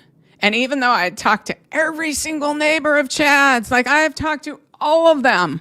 Right. Like all of them. I mean, I talked to the Conoco people. I talked to the lady who owned the cow thing. I talked to the Matthew. I talked to the neighbors across the street. I talked to the airplane pilot. They said they called the FBI because of me. Wow. Yeah. That's huge. I talked to this guy, and you know what's weird? Remember when I was seeing some weird address and I said there was like 4 numbers? Yeah. That actually goes to a place that skins animals and makes, how they put formaldehyde and makes little things. Yeah, I talked to him too. It's like I was doing my own investigation. Yeah, you were. Yeah, but if I had went there, if I had flown there and drove around the block, I'd be, because the only thing I saw on YouTube was the front of his house that has the front door. I never saw that whole back. With all those buildings and with all the things I said, I even said red. I said this, everything. I know. And then Trapper Lane. Oh my God. I would have had that done in less than a week. In less than a week, I would have been, the bodies right there by the fire pit. And see that little lake pond thing with one tree sticking out? Mm-hmm. Yep. So, I mean, I don't know how beneficial it is for me to do this reading for a missing child if I can't go there. That's why I ask. And if any of you watching this or even later feel compelled to want to help, I am not trying to get any money for myself. I am trying to cover expenses so I can actually go make a difference. And I want to film it and take you guys with me. I mean, that'd be so cool. I wish I could go with you, Donna. I know. And I'd like to go find Bryan's knife. For you. I don't know if I could find it, and that might be a little harder, but especially since he hiked. But although if it was very cold, he might have not went up that far. But I would like to go look, but that would be more like a fun expedition thing to try to see if I could do it rather than, but with like the kids, yeah. And the other thing is like, okay, now years after the fact, someone says, well, what if we raise money and fly you to Tennessee to look for summer wells or something like that? And it's, I would not go to Kingsport unless I had at least 6 big Navy SEALs with me. Yeah. From what I saw, and it's like a network of sex offenders, and more worse than sex offenders, they're like Satanists. Right. That kill people. And it's just gross. And it's like, you know how much I would be lucky if I got out there alive. If they knew I came there, I would never go there. So it's like, if I want to work on a missing kids case, I need the money there. I need to fly there. I need to go. I need to try to find, film myself trying to find all these things, but not when everyone already knows who I am and what I'm doing. Oh gosh, you could be incognito at that rate. Oh no, it would be so dangerous for me. It would be so, especially with what I saw. Like say I could go to New Jersey about Dulce, but guess what? So finally, with this little 5-year-old that was missing from New Jersey, and I found the abandoned warehouse, I believe that, I mean, even I said, I'm seeing a sailboat on a lake, right? And I kept trying to tell these people in this group that everything could be literal, figurative. It could be on a billboard. Anyways, there was a mosaic of a sailboat on a lake directly across the street. But there was like 10 or 20 clues, and they were all right there. The big blocky letters, everything. So I wouldn't be so afraid there because I was a single killer. Mm-hmm. Or at least it wasn't what was Summer Wells. It's almost like if you had a spiral. The low-level scumbags who started it and did it, and all these different sex offenders, they're connected, like layers that are loosely, like maybe someone at the top isn't connected to those people at the bottom, but they're just connected to other people, and it's like layers of people, and they're not just sex offenders, they're Satanists. The ones who that did what they did to Summer Wells are Satanists. Yeah. So there's a ritual involved, and a snuff film involved, and massive amount of people involved. Right. Of all layers of society. And what's so creepy, I think I sent you this clip maybe 2 weeks ago, somebody had made, they were talking about info they had gleaned from, what's his name? Fred, the one Ziggy married, Fred Hill. Is that right? Yeah. Fred Hill? Yeah. Fred Hill, I think, had a conversation with Don Wells the night that Summer went missing, and that Don Wells, and I hope I'm getting this straight, but I think I am, Don Wells had said that she was sacrificed, that he believed she was sacrificed. Isn't that interesting? And that's like exactly what you said. That's long before your reading. And that's the day we got. Oh, here's another thing I'm going to do. Separate from trying to raise money for myself to be able to do this stuff, I'm going to put this thing. I'm getting old. I need a pad. What's one of these pads where it's like memory foam makes it so much comfortable? I'm getting old. All this stuff. Good thinking. But okay, so back to here I had another idea. So besides myself, I'm trying to raise money for real to try to do this stuff. But I was thinking about doing a separate one. To have Don Wells take a lie detector test. Oh, I would love that. And Andy Bernard. Yeah. And Frank Light. Yeah. Yeah. Yeah. I know Frank Light wouldn't do it. He's already been in prison for wrapping children in razor wire. Yeah, that's Candace's friend around the corner. There's so many sexual predators in that little pocket of land. And it's like unbelievable how sick people can be. And you saw it as clear as day, I think, Donna.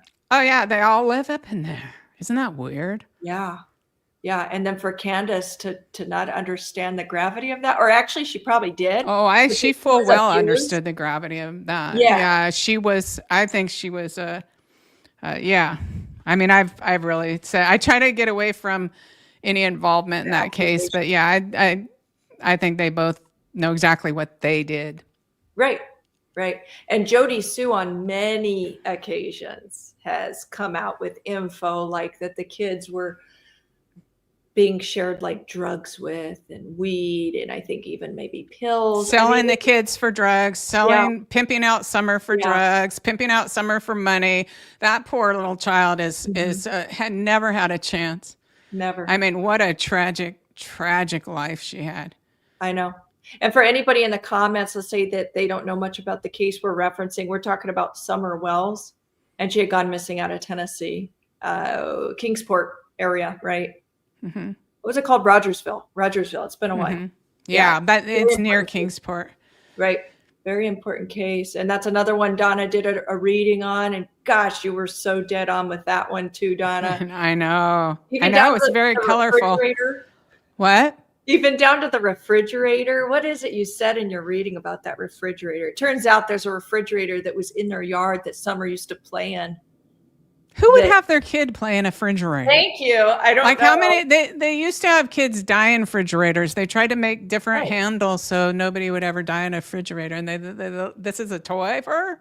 It just shows what numbskulls the whole group is. Oh, yeah. Just idiots. That they disgust me. They literally disgust me.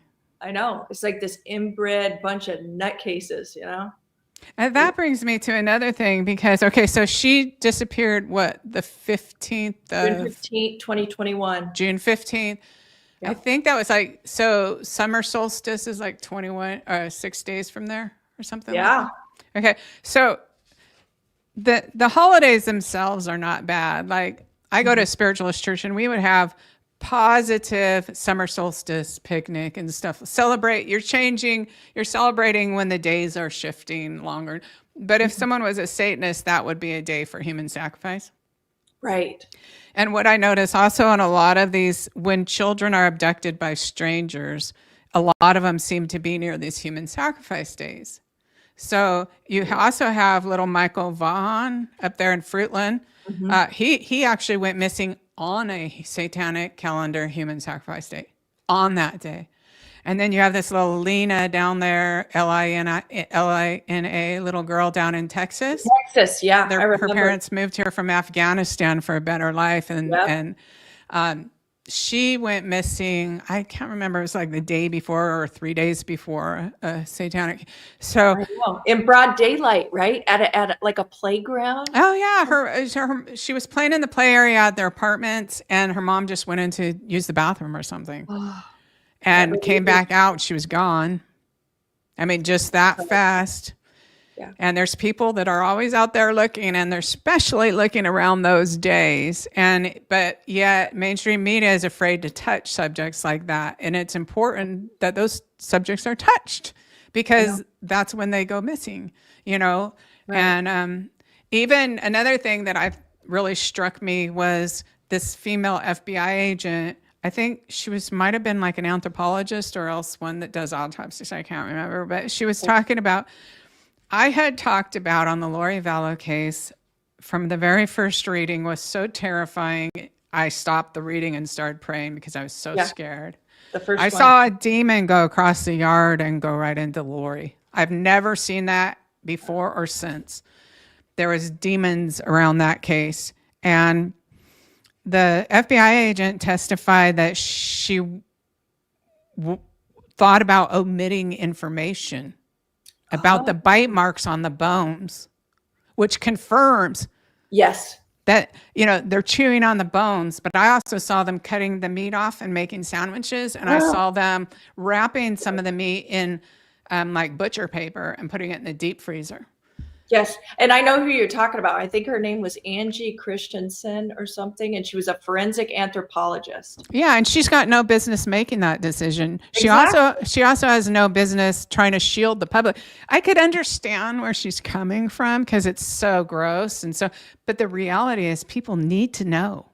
Right. If you don't know about the devil, then how are you going to protect yourself? Thank you. Very good point. So I know. Lots of Mormon murders. I don't know if it's just after Lori Vallow's case, I'm just paying more attention to, when you hear the facts of the case, but it seems like all the time I'm hearing about another one, like out of Utah or Colorado, like the dentist, what was his name? Craig something. He poisoned his wife, I think with like cyanide or something. He was a dentist. He was having an affair, obviously, because guys, it seems like they only leave when they have a good replacement, Mm-hmm. Oh, yeah. I think a little younger, a little firmer, and let's just kill the other one so she doesn't take half the house. Just no regard for human life, no regard that this is the mother of his kids, his 5 or 6 kids. It's sick. And there's way too many cases like this. Yeah. I noticed that too. And they have a few things that I think contribute to that. And one of them is like, in that Mormon religion, they believe if someone gets murdered, they automatically go to heaven. So the way Lori keeps talking about her kids, well, I know they're in heaven and stuff like that. Yeah. And then that's called blood atonement. Okay. So she could look at, she's done them a favor because now they don't have to be tested on this earth. They go straight to heaven. So he kills his wife. She goes straight to heaven anyway, that kind of thing. And then you're like, it's okay to be a liar as long as you're protecting the church. Yeah, I noticed. There's a few things. And like Eric, who was a good friend of Chad Daybell, he told me that, because he's Mormon too, and he said from birth, they are brainwashed to follow the prophet. He said the whole time they're in like nursery school, all the songs are like, they actually have one of their main songs is called Follow the Prophet. So, yeah. That's a whole nother ball of, and it's hard to, they've set up, it's really Freemasonry in the temples. So they have good and bad. And it's really hard to insult because so many Mormons are so nice. Oh, they're wonderful people for the most part, minus the Vallows and psychos, their husband or wife. But yeah, they're great people. I'm surrounded by Mormons where I live. Oh, yeah. Yeah, and they're very polite. They're very nice. They're very forgiving. Very nice. I had thousands of them in my former Facebook group. Yep. And I mean, I had a meltdown one time and I was like, you Mormons and your wall of silence. I just lost it. It was like I'd done a reading. I was having in this emotional break and I just lost it on them. And then I went to lay down and I'm like meditating and my spirit guides were not happy with me. Yeah. They called it something ignorance. It was a pretty strong word they used about me. Yeah. I felt bad. It was something with the word ignorance, and then there was another word. So I went back in there and I apologized. Because you were being admonished by the spirit guides, huh? Yeah. And then I was like, oh my God. And then I'm so sorry, you guys. Well, plus they'd been so nice. And they were I felt like they circled me with love. That's sweet. I mean, they were really, really, really nice people. That's awesome. So that's the problem, though, is all the Freemasonry type groups do that. They have this inner core that may be good or may be bad, but then they circle it with really clean living, nice people. Even the Catholic Church has the same issues, really. Oh, for sure. Although it's not, I mean, Mormon's a cult. Like if you're not paying your tithes and stuff like that, and your son goes into the temple to get married, you have to sit outside. That is so crazy. Yeah, the most well-funded churches are the Catholic and the Mormon, from what I understand. And I thought, I mean, when all that started, I didn't know any Mormons ever. And then I thought the Mormon church was just some little church in Utah. And come to find out, I think they have as much money as the Catholic Church. I mean, what they do is everyone who's a member, and if you quit being a member, your family's not allowed to talk to you. Your friends are not allowed to talk to you. You lose everything. So they walk around in this fear, and they give this organization 10% of their money. Yeah. And then that place goes and buys real estate and stocks and stuff like that. Yeah. And I have a neighbor. Oh, go ahead. Sorry, Donna. Well, I was just going to say, so they have something called the second anointing. Oh. And if you get to a certain point and you're on the left-hand path, so if you're one of the good Mormons, you would never even know about it. You might think it didn't even exist. But they have something called the left-hand path, which is for the dark ones. Mm-hmm. And they have a ceremony called the second anointing. And once you do that, you're no longer subjected to man's laws.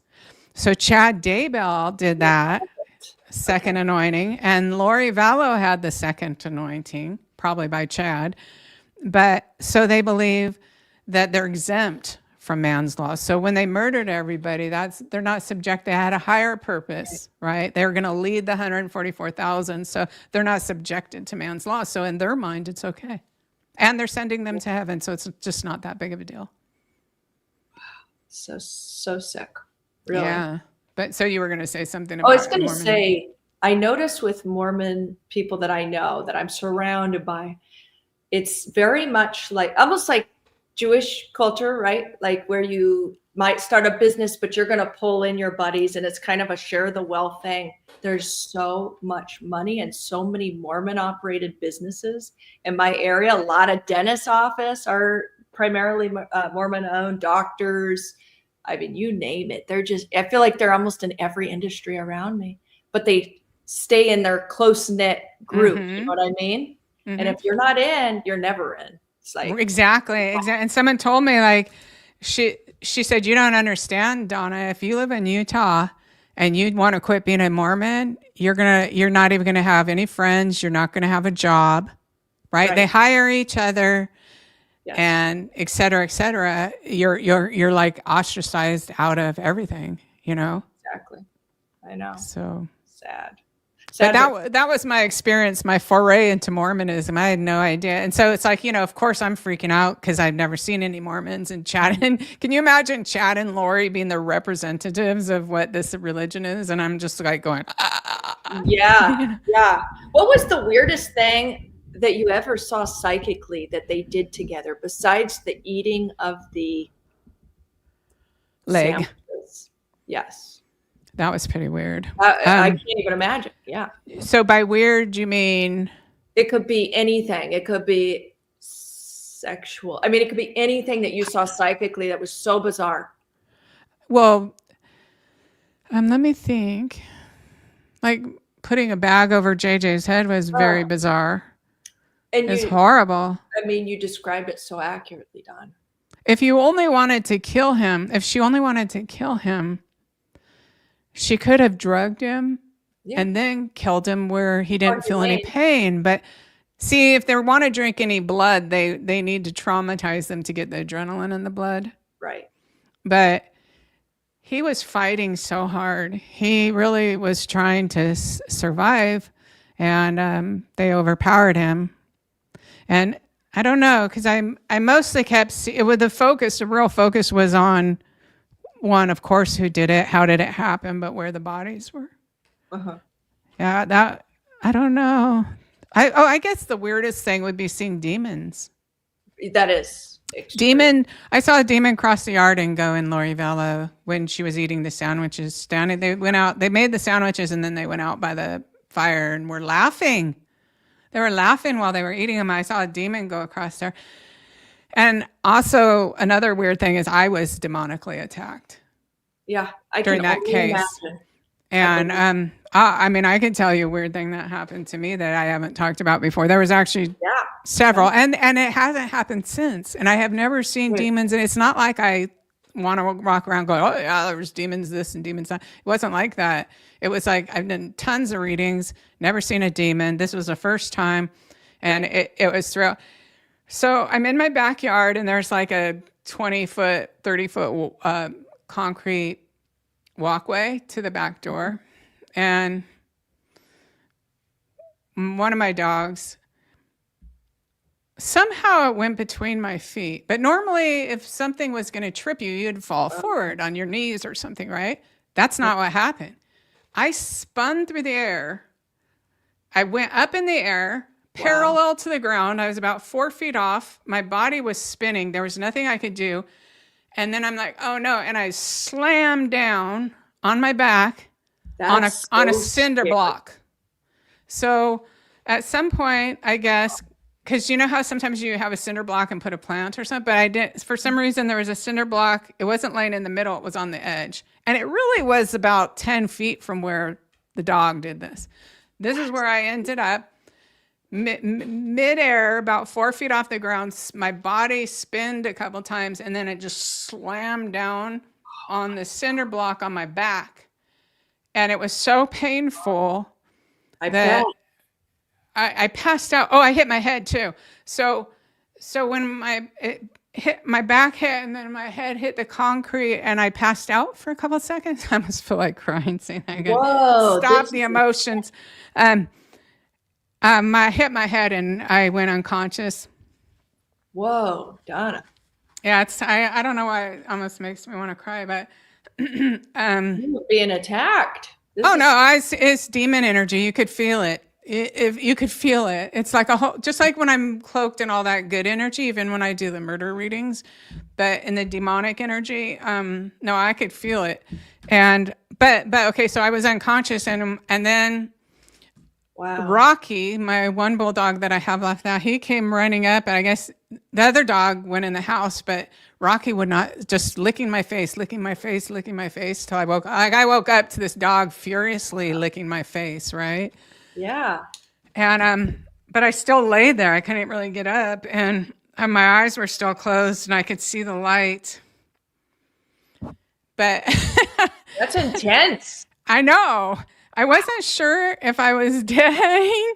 I wasn't sure if I was dying, but then I realized that's the sun. You know how if you're laying in the sun and your eyes are closed, so it wasn't the light crossing over. Yeah, but I wasn't sure. I mean, I slammed into the concrete. My head slammed into the concrete, and so it was. I was yelling for help at some point because I couldn't get up. I couldn't move, and nobody could hear me. So like your voice was being muffled? No, there's just however, like one of my neighbors was in her 70s, but she couldn't hear me. And the other people were probably at work.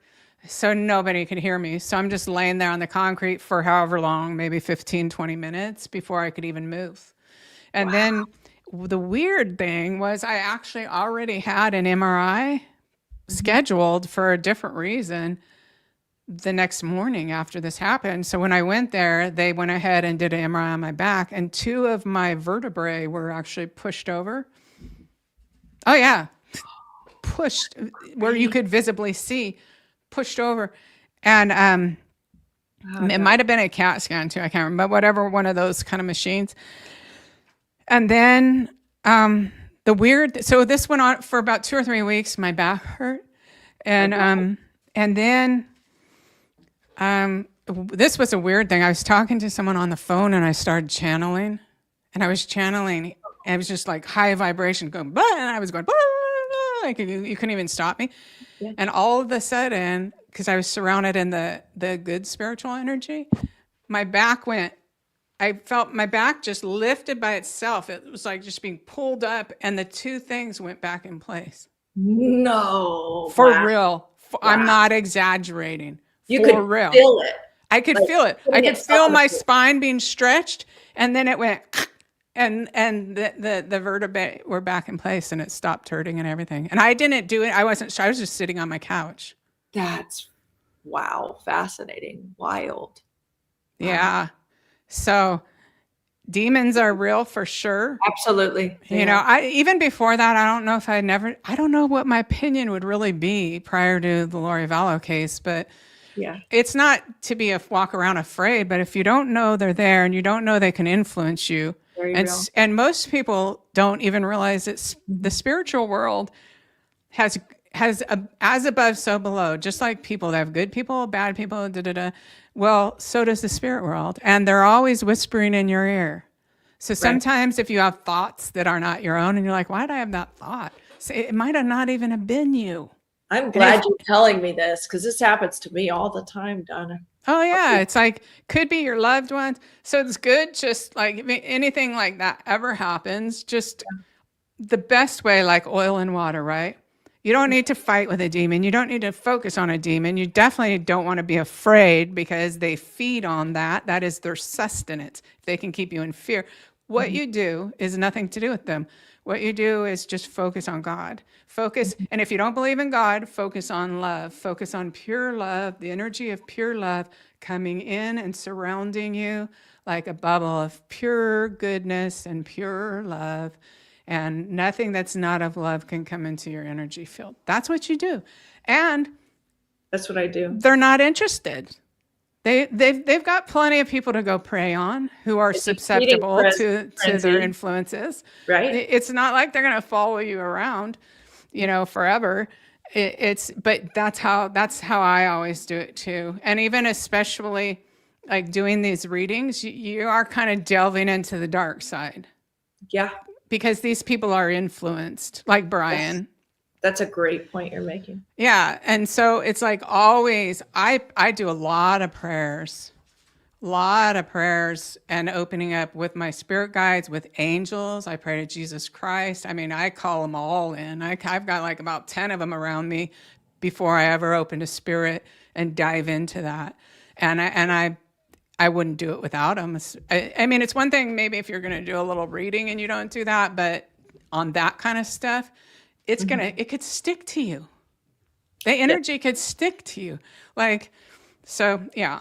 And with tell you, sorry, tell me. No, I want to tell you about a crazy experience I had in my home. It was probably about 2 years ago. I was in this room that you're seeing behind me.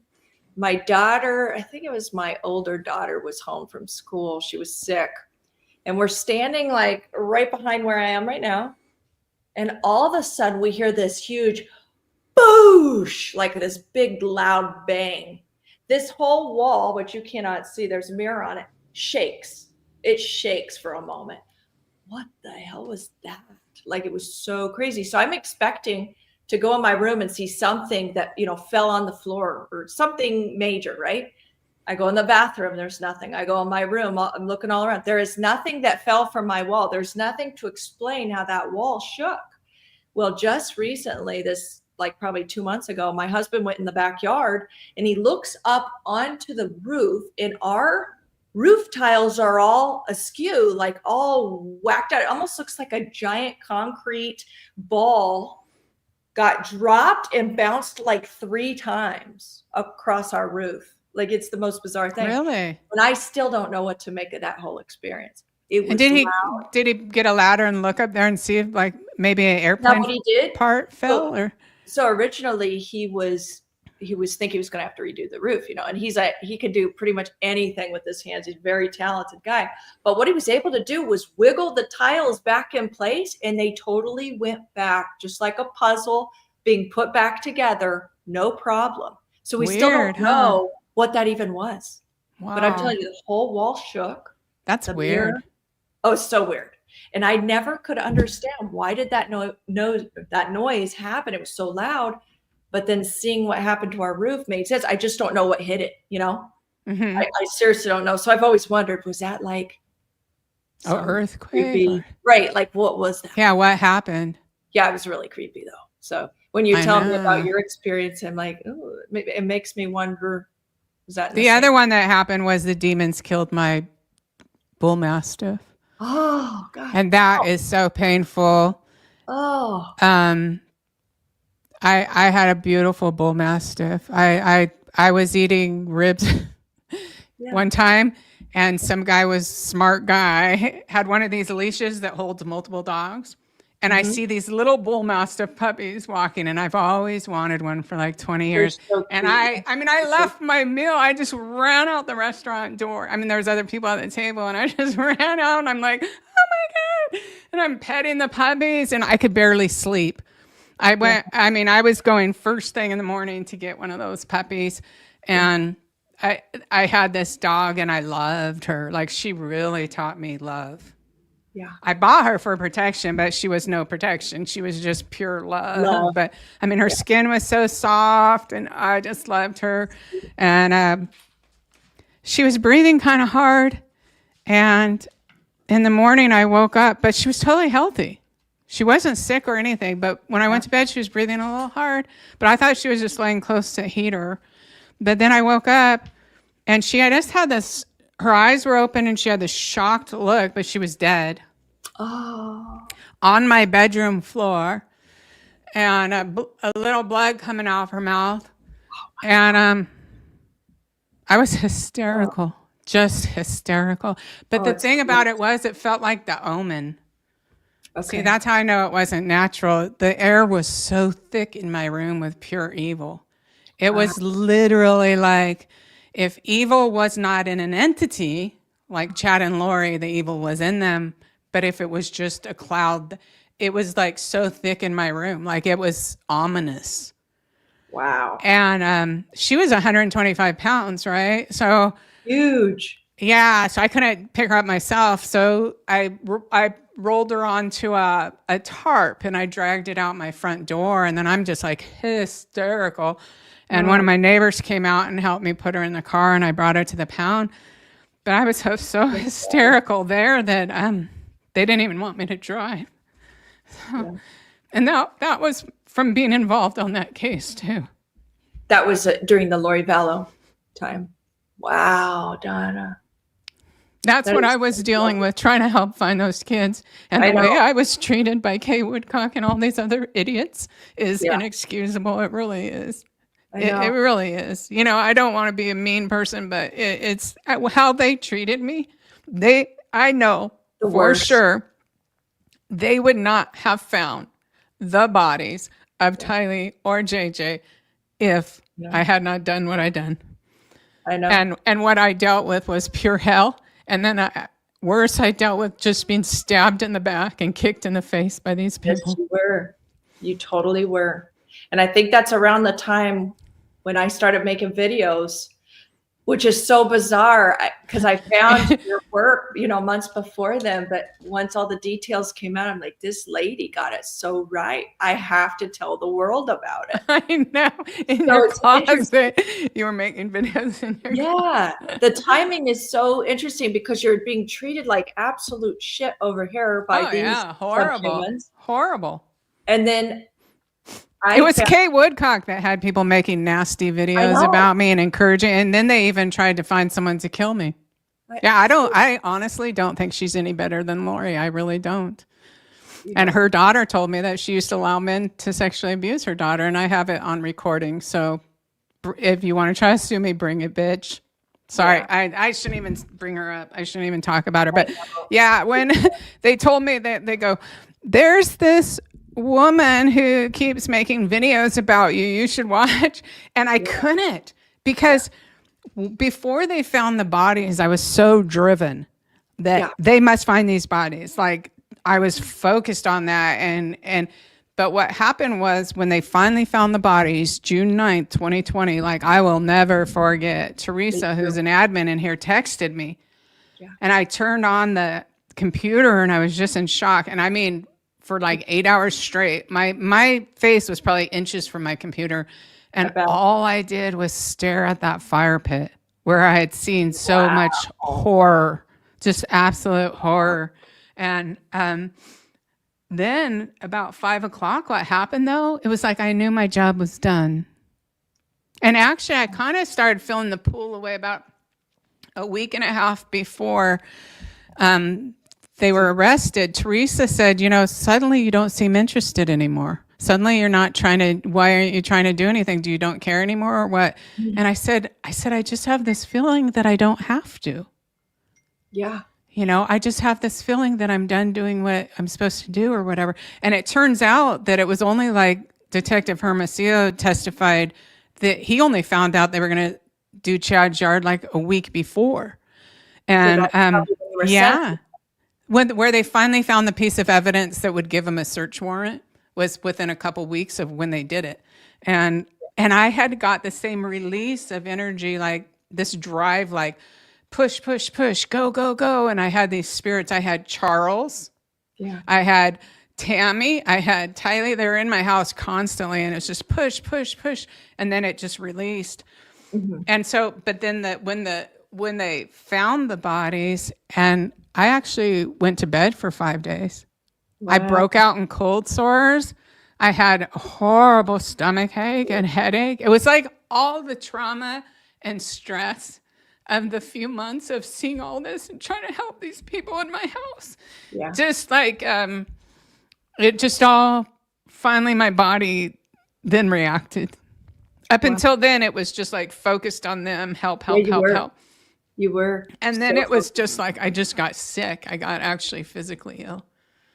And it's just from all the stress of it. You invested so much of yourself into that case. And I think that's why I guess when I went back to listen to your video and you were so accurate, it's like, I have to put this out there. I just felt this compelled, like motivated. The world needs to know this story feeling. And it's never left me since. Like, I've wanted to reach out to Netflix. You know me, in the beginning, I was reaching out to all these reporters saying, you have to hear this story. This lady got every detail. How is that even possible? But she did. I have proof.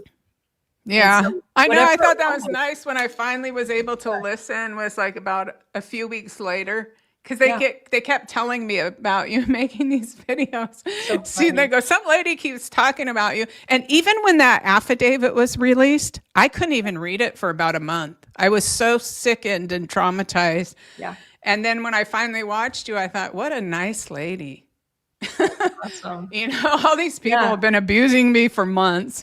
People on the internet led by Kay Woodcock, who I really think didn't even want JJ's body found, who I believe essentially stole half her brother's money. But I mean, whatever about that.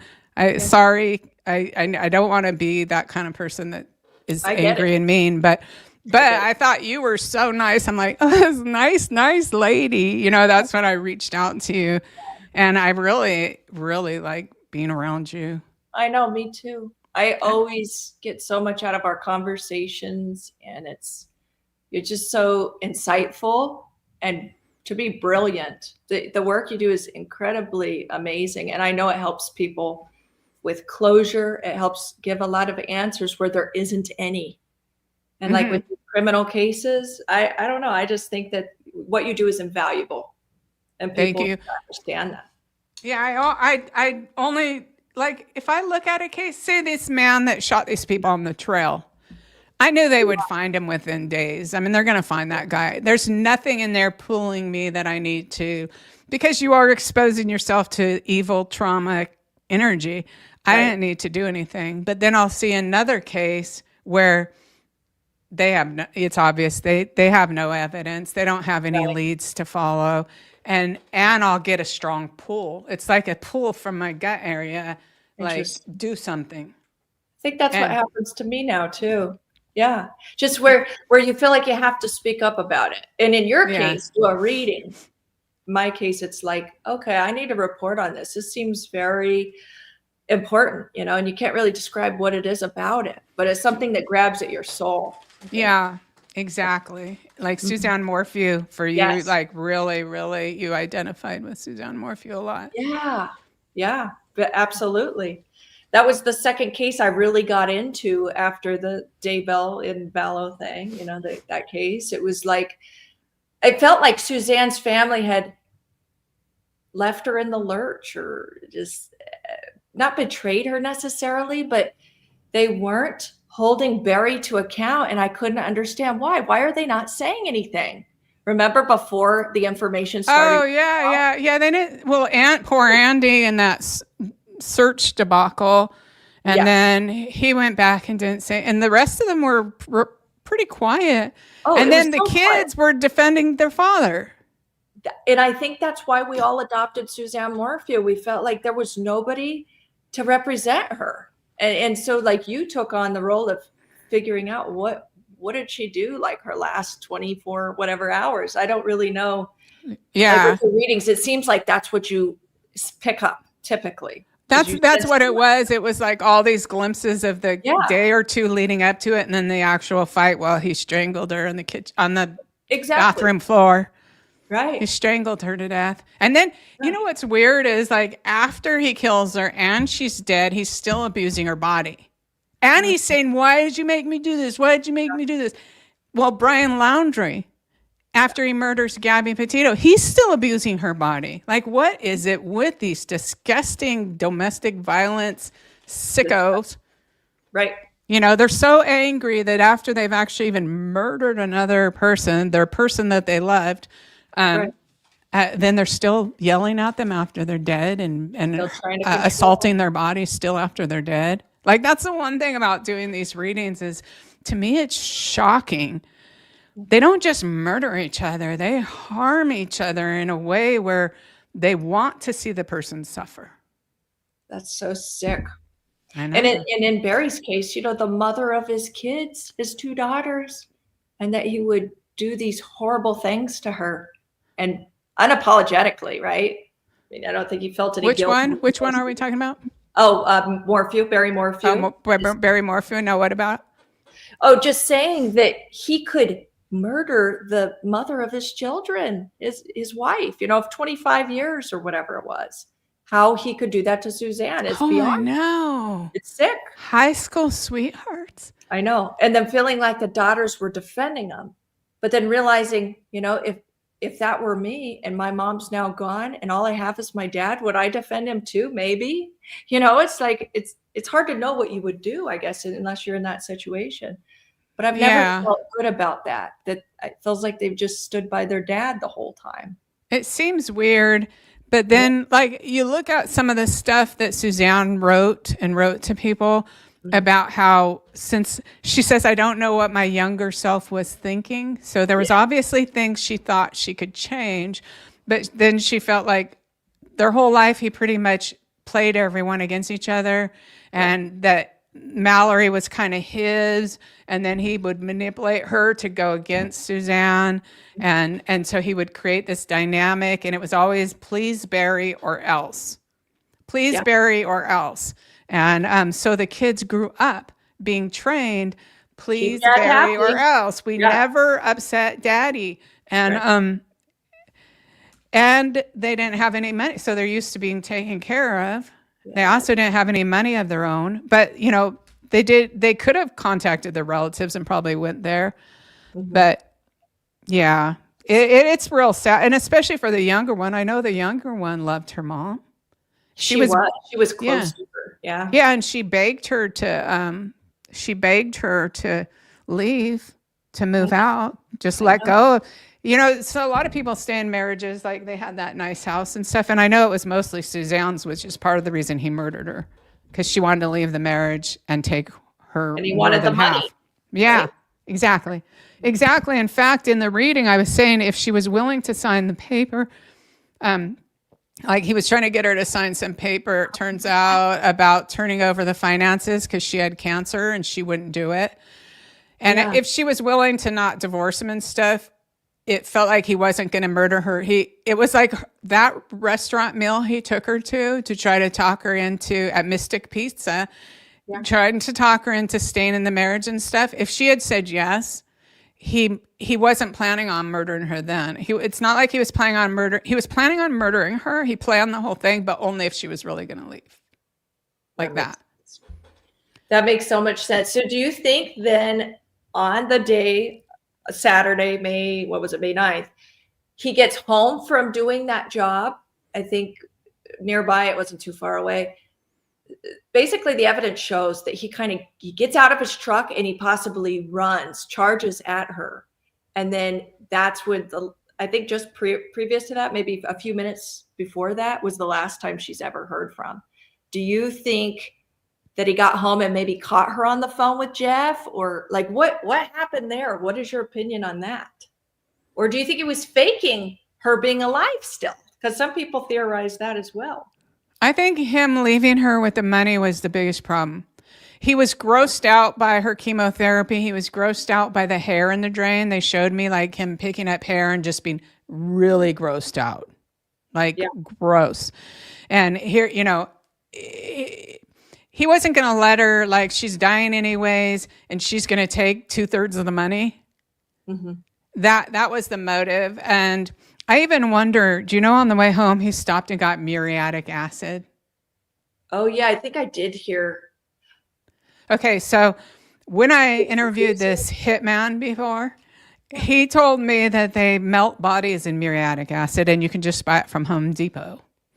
And so, yeah, and that's what they put in pools. Bones? Would that bleach? Oh, no, it literally melts your body. Melts the bones, okay. No, it does bleach the bones too. So I actually looked up on Grok because you know how they say they believe she was moved and then they say her bones are bleached. Right. Maybe by the sun. So if the sun bleaches the bones, then the bones will be smooth.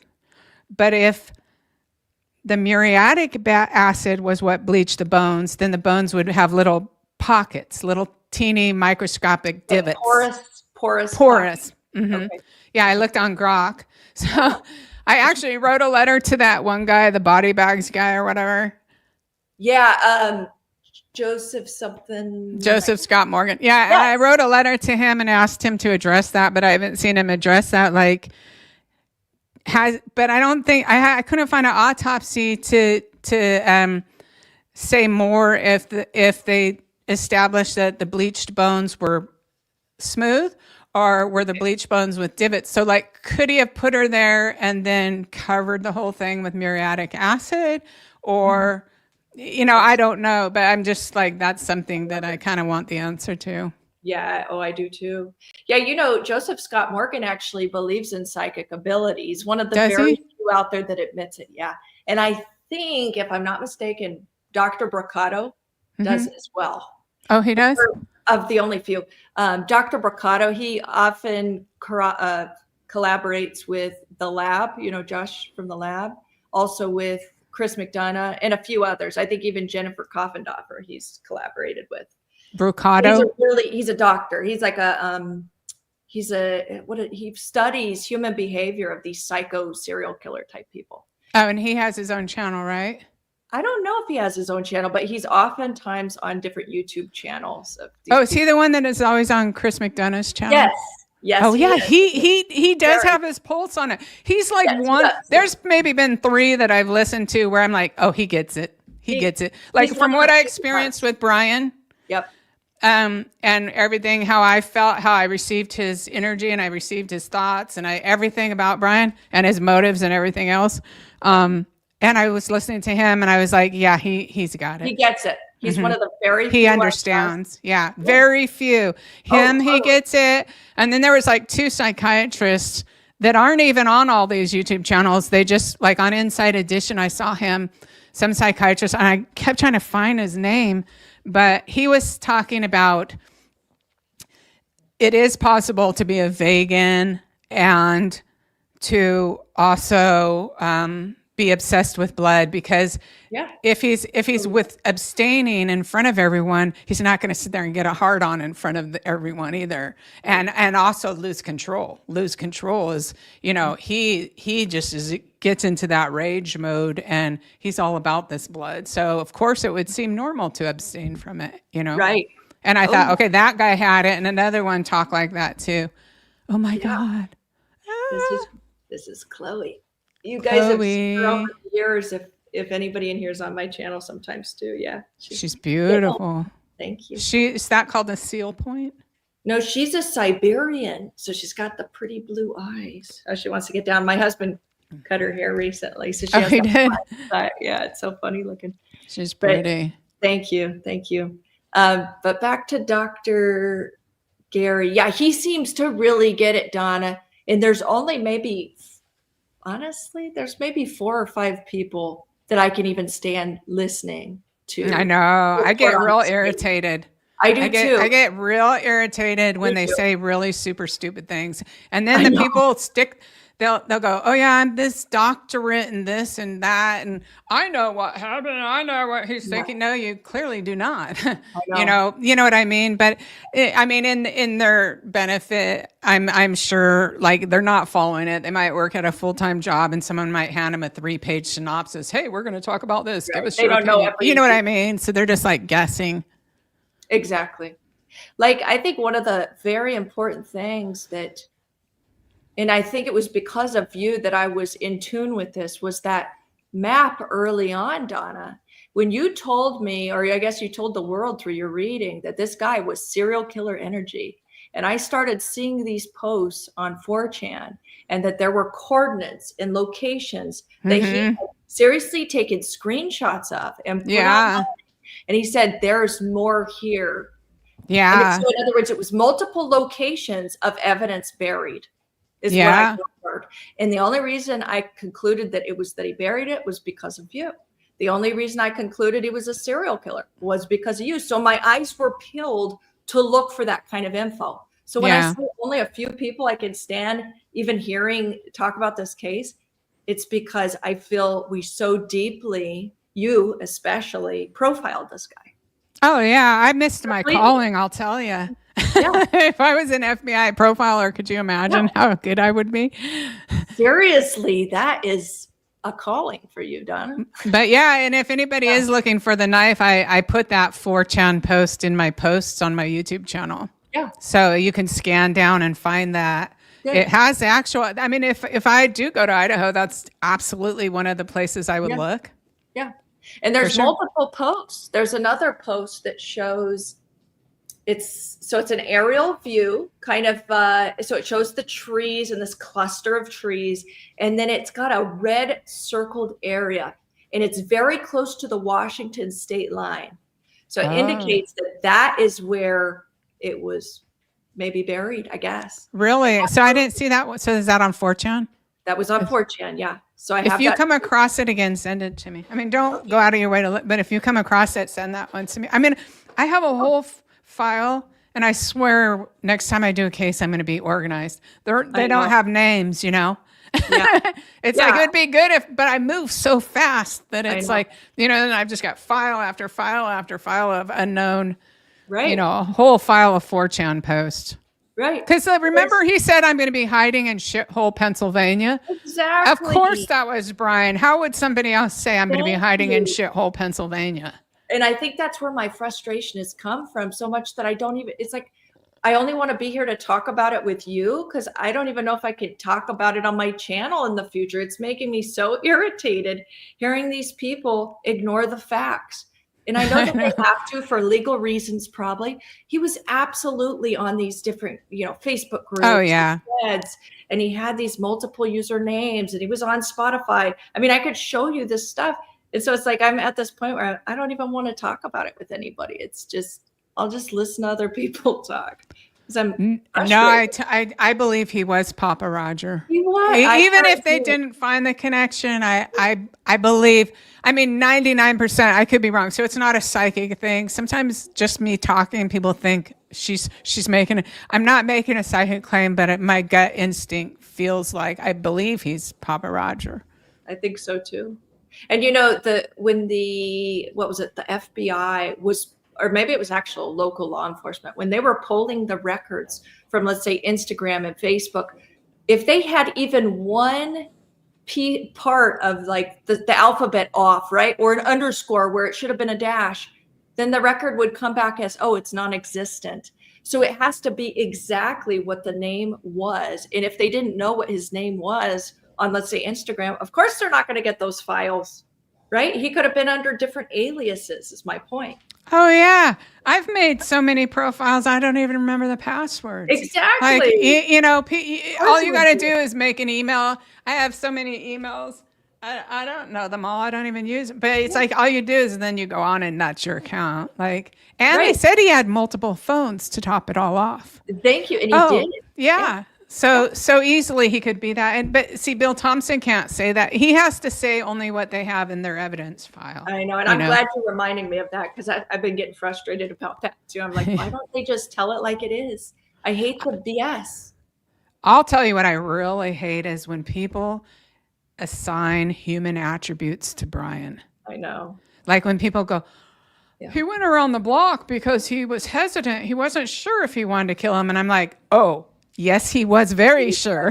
he was fully committed and he had no fear about it.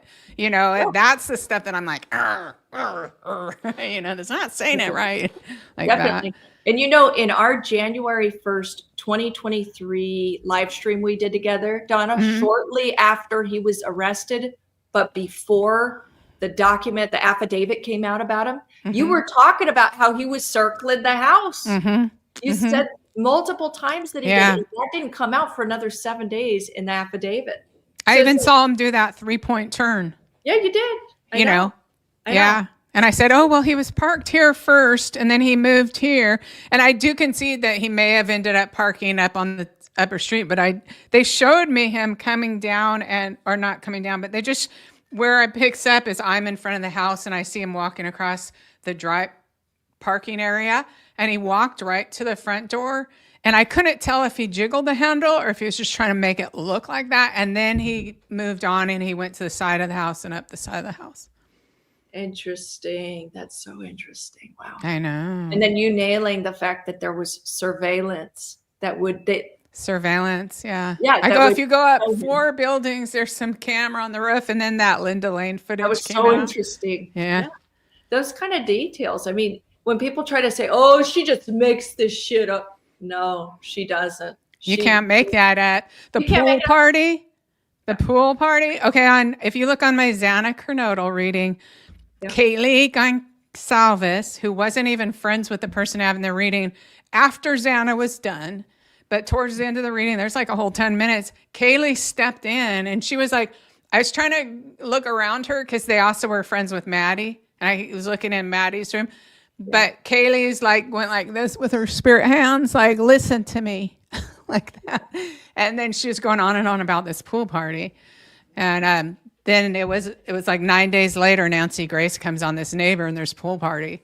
And then when Dateline did it, I was like, yay, vindication. And if people think I care, like, why do you care? Come over here and help me monitor my comments where people call me names every day. Yeah. It helps prove your ability, I think, every time it's validated that way. Yeah. Yeah. And there's multiple reasons. So after Nicole died and I could feel her so strongly and I started going to these classes. This one guy, Tony Stockwell, who I had a reading with, and I put it on here about my daughter, Nicole. And, but I drove all the way to Arizona just for a 5-day workshop with this guy who came here from England. That's cool. Like I was so entranced with this guy. And when he came in the room and people were just standing around still, it hadn't started yet. I saw him come in the room and he was just walking from group of people to group of people. But I was standing alone and I was just leaning against the wall. And this guy, he walks up to me. He's a psychic medium. He walks up to me and he goes, you know, if we could prove the afterlife to the world, then all these other things that you're always working on will just kind of come together. And I was like, before that, I was all into activism. It was one cause or another. I'd volunteer work, or volunteer to pass GMO labeling, volunteer against Monsanto, volunteer for medical marijuana, whatever. But I was always doing something, trying to change the law, trying to fight a fight.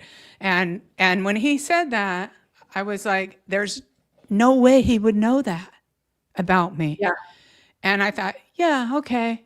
I'll take that on. I'll prove the afterlife to the world. That's cool. That literally. So that was always in my mind, always in my mind. And then when Tylee, when my daughter came in that time, she brought Tylee. I saw Tylee with my physical eyes, like translucent in my living room. But this went on for a couple of weeks and I'm like, okay, this is like 5 people that got murdered. They always gave me 5. I know 4 got caught, so 5. But so I was meditating and I could see my spirit guide with my eyes closed. I could see her. She's light being. And I was like, you know, COVID had just started, right? And I thought, there's so many people and they're so terrified. Like I should be able to do something to help people not be so scared. And so I'm meditating, like, should I be spending my time on this? I feel guilty even working on this case when the whole world is in a shambles. And my spirit guide, she's going, they call it a mission. But she's like, well, half of your mission, communicate telepathically, but half of your mission is to make sure the bodies are found. And the other half of your mission is to prove the afterlife, to use that case to tell the world to prove the afterlife. And I think that's part that hurts so much the most about people that claim to be religious, like all the Mormons that controlled this case. If they really cared about God, why are they trying to squelch proof of the afterlife? It's like they're afraid of it or something. Well, because then I might have power to point out that that's a cult or something, I guess. You know, or something. I don't know why, but it was always, to me, I'm like, well, if you guys want me to prove the afterlife, why'd you give me a case with Mormons who want to pretend I don't exist? You know, it's like, I mean, you got to figure they have an ultimate plan or something. Like there's got to be a plan in here somewhere. A deeper reason. Yeah. Yeah. But so it was the spirit guide, the lady, then she was like, you're doing what you're supposed to be doing. Okay. And you are supposed to be making sure the bodies. Oh, this is why she showed me, because they killed the children in the name of God, and that will not be tolerated. That was the big thing, different than even killing other children. It was they actually killed those children in the name of God, as they are serving God and murdering children, and that is egregious, to the spirit world. It is. Oh yeah. Wow. So I'm not a perfect person by any means. Obviously, I meant never to say anything bad about people again, but I'm not perfect. I can't pretend to be, but I'm just trying all the time to do the best I can, you know? Oh, absolutely. And I share the same frustrations with you, Donna, with what you deal with on a regular basis between the cops and the deniers and the crap talkers and...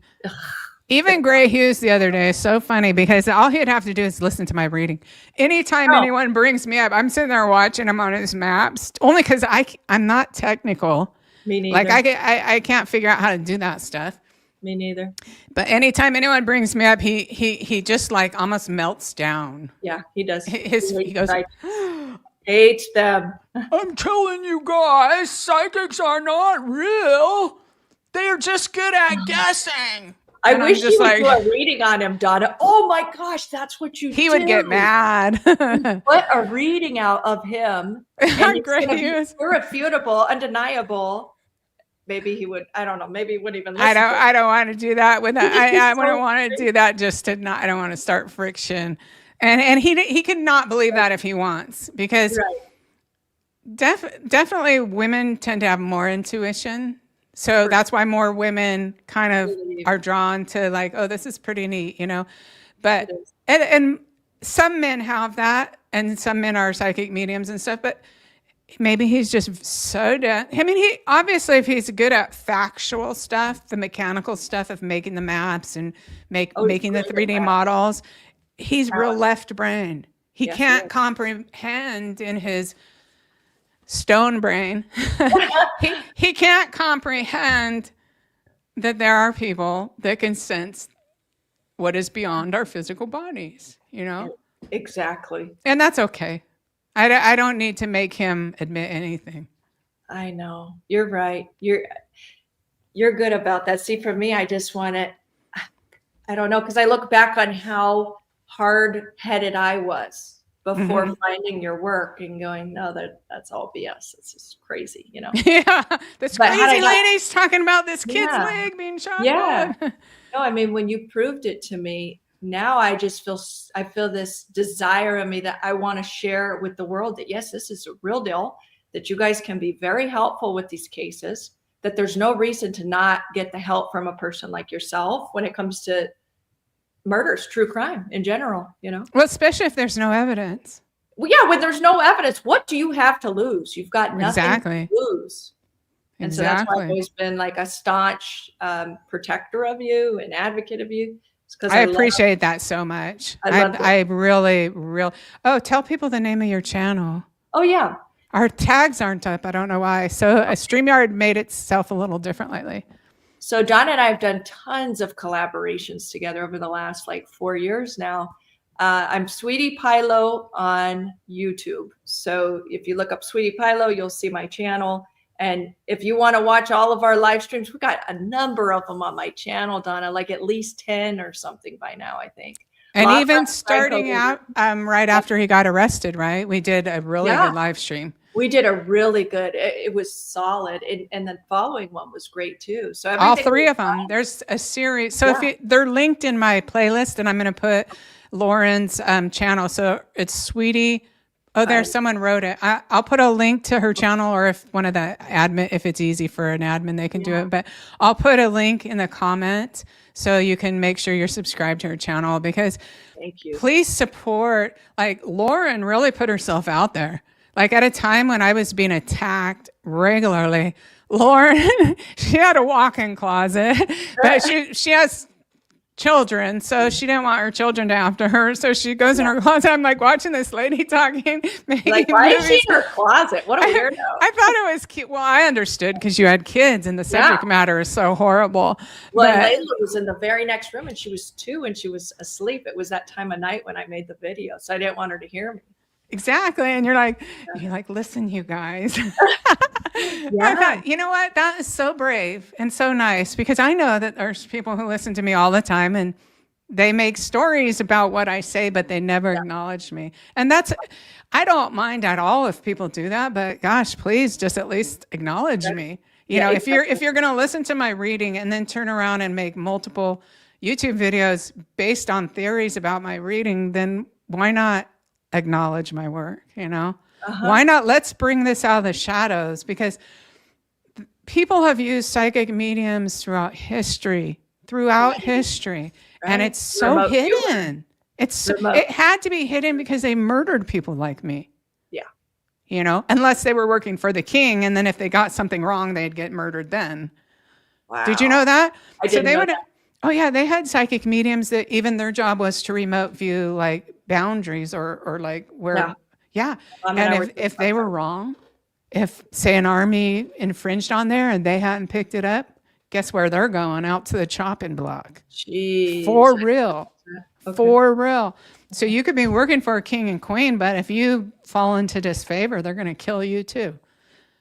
Literally. And then they put out the Bibles that say, oh, psychics are bad. God hates psychics. Are you kidding? Jesus Christ was a psychic. Let me tell you that. Yeah. Jesus Christ, it was a psychic medium, metaphysical healer. a wonderful, loving, amazing person who was trying to tell everyone, like it says right in the Bible, it says, whatever I can do, you can do also. It's fascinating. And another thing, I think the Christians went through and tried to take out every metaphysical thing out of the Bible, but the one that they didn't get is one of the best ones, which it says, when thy two eyes become one, thy body shall be filled with light. So you know what they mean? The pineal gland. Yeah. When your pineal gland wakes up, and if you're lucky to have a crown chakra awakening, which is a massive influx of this spiritual energy that's not of this world, and it comes down and it goes down your spine, and then it shoots back up, and it's like your whole skull. Like when this happened to me, the whole inside of my skull with my eyes closed was pure white. Wow. Like my eyes were closed, and all I saw was the brightest white light. And I just massive rush of energy. And I laid on my bed for like 3 hours. I couldn't even move. It was like and the only word for it was the all that is. What people call God, it was like I was floating in it, and it was like the all that is. Like I see it as almost if you imagine a giant cloud, but it's the all that is. That's what it is. That's what God is. And you remove all the blocks, and Jesus left that in the Bible, or Jesus said that. Yeah. But most Christians have no idea what it means, or they would have took that out too. Jesus was, Christ means christened, right? So the Hindus before that had Krishna is their Christ. That means Christian. That's when you stimulate the lower part of your spine, and the Kundalini goes up from the bottom that when you do that, and then goes back down. And so Jesus Christ means christened. And what I can do, you can do also. He was trying to teach people to open up. Jesus didn't have a building. He didn't have a church. He was going around trying to teach people how to open directly to God. So if you were really a true Christian, you would believe that. And a lot of Christians, you can see when you go to church, the ones that are glowing, they're just like all on this high. Oh yeah. It's just the words and the terminology. They're open to it, So it's just different one. But the ones that are angry and judgmental and mean and that's not horrible. The christened part. They just still have more. We all have more work to do. Look, I meant to never talk about Kay Woodcock again. I know. And it's hard to talk about this case and what happened to me without mentioning her, but I apologize again. I'm sorry. But yeah, so we all have work, including myself. I get it completely. I understand, because it hurts me too. It was brutal. It was brutal. Like when they were trying to get Kay Woodcock put up a thing that said, "Thank you so much for making this really snotty video about me, ridiculing me." Like she was throwing up every roadblock to not have JJ's body found is what it felt like. And so she was encouraging all these people to attack me is what she was doing. So in a group of like 50,000 people. So then the next day they were saying, we need someone to murder Donna. And guess what? Some lady that only lives 30 minutes from me volunteered. That is so ill. Wow. Yeah. And no, I don't, other than I don't see her as being a whole lot different than Laura. I see that whole story as a War of the Roses. You remember that movie where they're like, a War of the Roses is what really it was, if this true story was told. And, but I don't want to be mean. Like, because part of me is like, okay, when my brother was murdered, and it was the same thing, it was like life insurance. Yeah. My brother was murdered. There's always a part of us that has to forgive ourselves because when anyone's murdered, we're like, well, what if I had done this differently? Maybe it would have changed the course of events.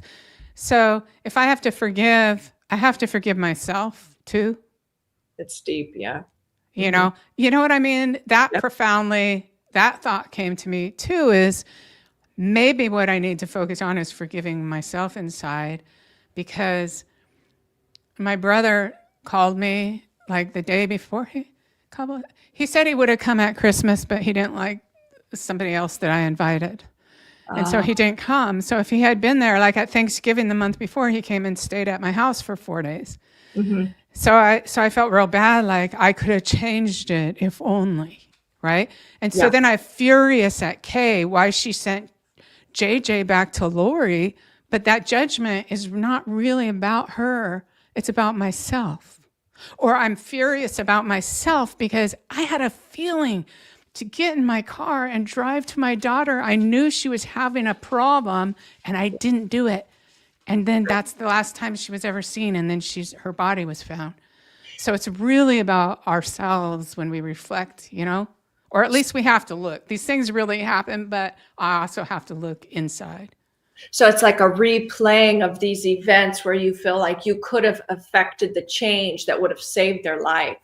Yeah. And so then I see that she was supposed to bring JJ home for the summer. Charles had nothing to do with him. He had to travel for his work. Lori was psychotic. She was threatening to murder people. Kay took her home and 3 days later dumped him. She was supposed to, but the reality is I didn't go save my own daughter. And it really isn't that what it's about.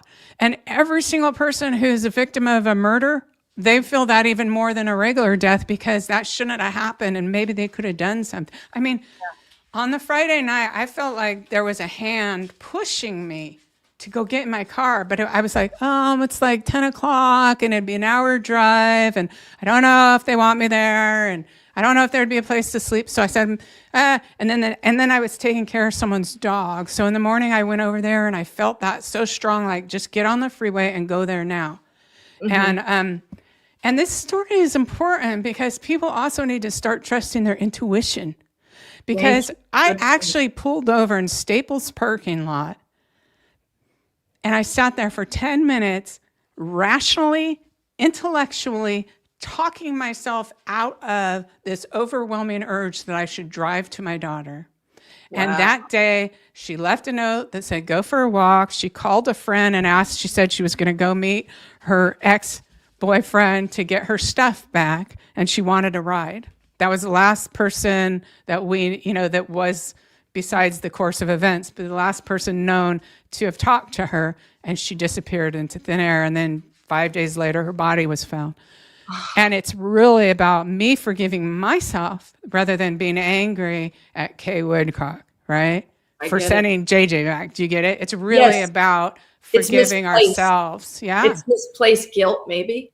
Oh, totally. And just, I felt so guilty after my brother Steve was murdered because I thought, I don't know, it's like we think that we have this control over our lives. I know. And I watched this thing about Dylan Mortensen this morning and how the person that was talking, I don't think he really quite understood. Well, sure, he did not understand.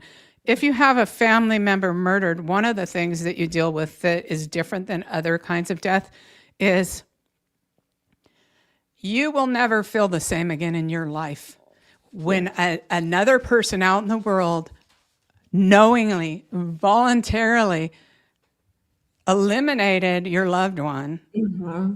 And if it could happen to anyone, anytime, anywhere, it really can. Whether it was with Nicole or with my brother, anyone could get murdered. You could walk in a 7-Eleven, there could be a robbery, you could get shot in the head. I mean, your sense of vulnerability is different.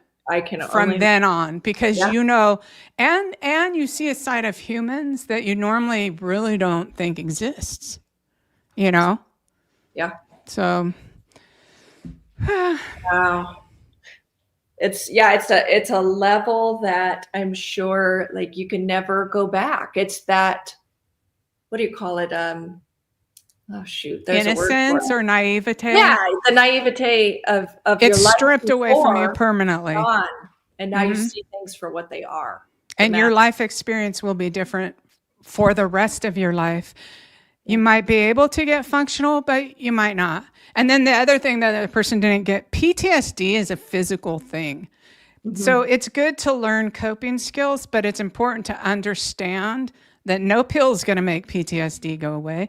And you can do things to cope And it's nice to believe that it can, but it actually causes physical changes in the brain. And then the other thing, that the person was a therapist too, but how would they know? They'd never been through it. And then the person was saying, someone was saying about anxiety attacks, and then that person was saying the wrong thing about that too. Anxiety attacks happen when something's so traumatic that the part of your brain, so if you have an emotion and something scary is going to happen, the part of your brain that senses that puts out adrenaline. But if something super traumatic happens and it malfunctions and never goes back, what happens is, for no reason at all, there could be no stress. You could be in the middle of a grocery store and all of a sudden you get a massive shot of adrenaline. Yeah.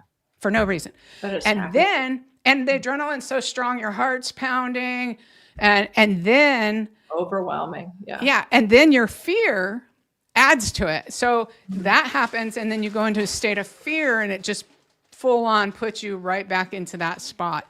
So of recognizing that mechanism that happens, and then knowing, okay, I'm starting to have, I'm having a massive influx of adrenaline, and then just going maybe somewhere outside the store for a minute and taking, deep breaths for about 5 minutes or something like that. Just knowing what it really is. If you don't know what it really is, then you can't really fix it. Fix it means go away. It might be something you live with, but that you manage. Yes. Like last summer when I almost drowned in the Salt River, I had reached this, it was a height of adrenaline, anxiety, that like if your mind had an elevator, I went to the very top floor. I had never felt that in my life. And now certain things will trigger that in me. And all of a sudden I can't breathe, and I just keep reliving it. It's the weirdest thing. I'd never had this before. That's PTSD. See, so your brain now has this intense experience, and if it even senses that there's anything related, it will trigger it. But it can also trigger it when there's no reason at all. Yep. And if you don't know that, if you do know that, you have an extra tool that now you're like, okay, I'm getting a bunch of adrenaline and I'm getting these racing thoughts. And it's like the answer to that is deep breathing. But it still could happen sometimes, Yeah. It happened to me again, as far as the anxiety attack when we were coming down from Flagstaff, which is northern Arizona. We were coming back into the valley, Phoenix area. And all of a sudden I felt like I couldn't breathe. I couldn't see straight. I was totally having an anxiety attack, and I did not know why. Now, looking back on it now, I think that honestly, I had too much caffeine and something just triggered in it. Caffeine will trigger it. Yeah. Oh my gosh. It was torture, Donna. I was just like sitting with my head between my legs because I couldn't think straight. I couldn't breathe right. I really thought I was dying. It's scary. It's really scary. I started having anxiety attacks when I was being stalked before. Really? Oh, yeah. I was being stalked to the point, like this guy broke into my house and hid in my closet. What? And I was sleeping. I was sleeping for like 2 hours before I heard something in the closet. And then so I went and opened my back door, and then I ran in and opened the closet door, and I ran back out. And he comes out and starts yelling at me. And I mean, it was scary. It was scary. Wow. And I started having anxiety attacks. So that's why I know what I'm talking about. Okay. And you could be in the middle of a store. Like I was in the middle of the store.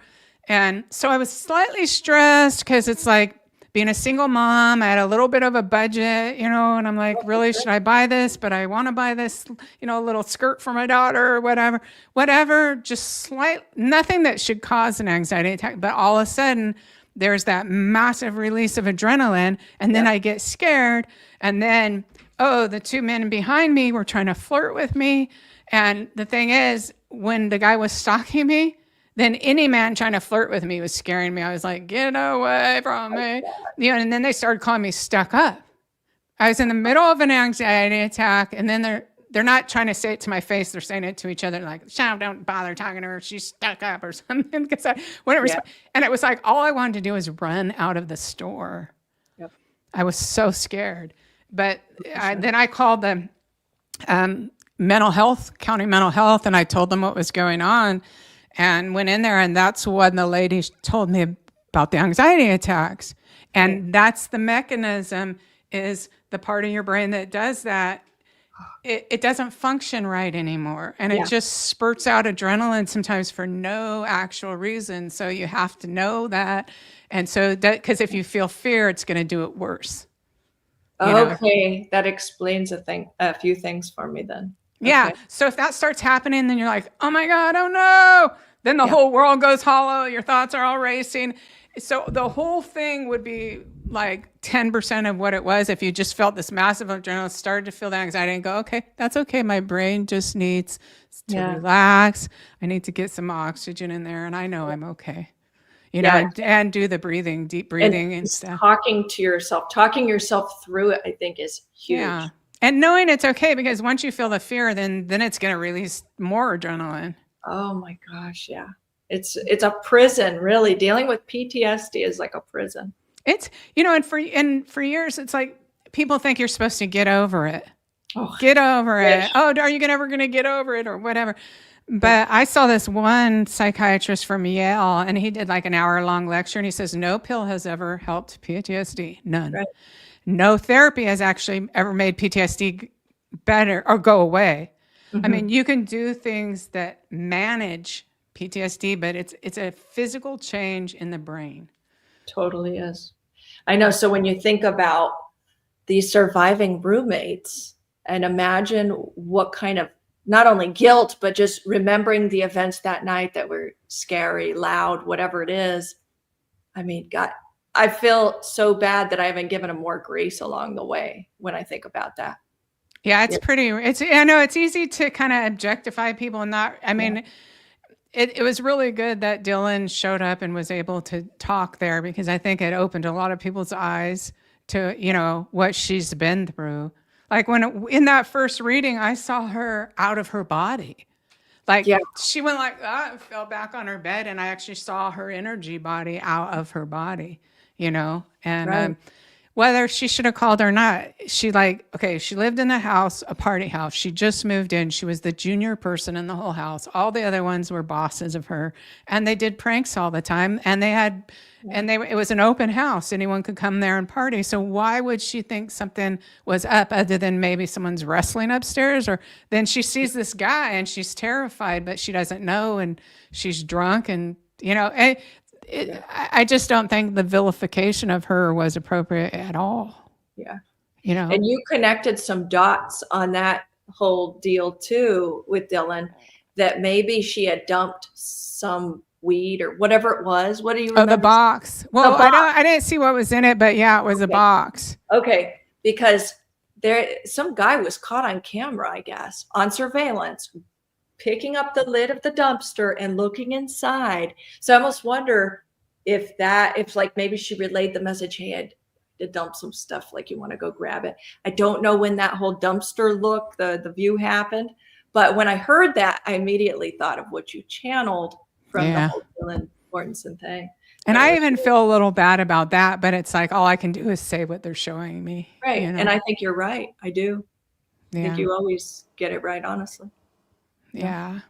So, well, I guess I should go. I know, me too. It's 2.5 hours. I know. Yeah, it's been a while. I'm so glad to see you again. Me too. I'm so glad to see you. We got to get together again and do this soon. All right. Okay. Thank you guys for joining us. Thank you so much, everybody who came, and thank you so much for your support of Donna, and that you see the beauty in her gift also. I just really appreciate you, Donna, and I hope you have a good rest of your day.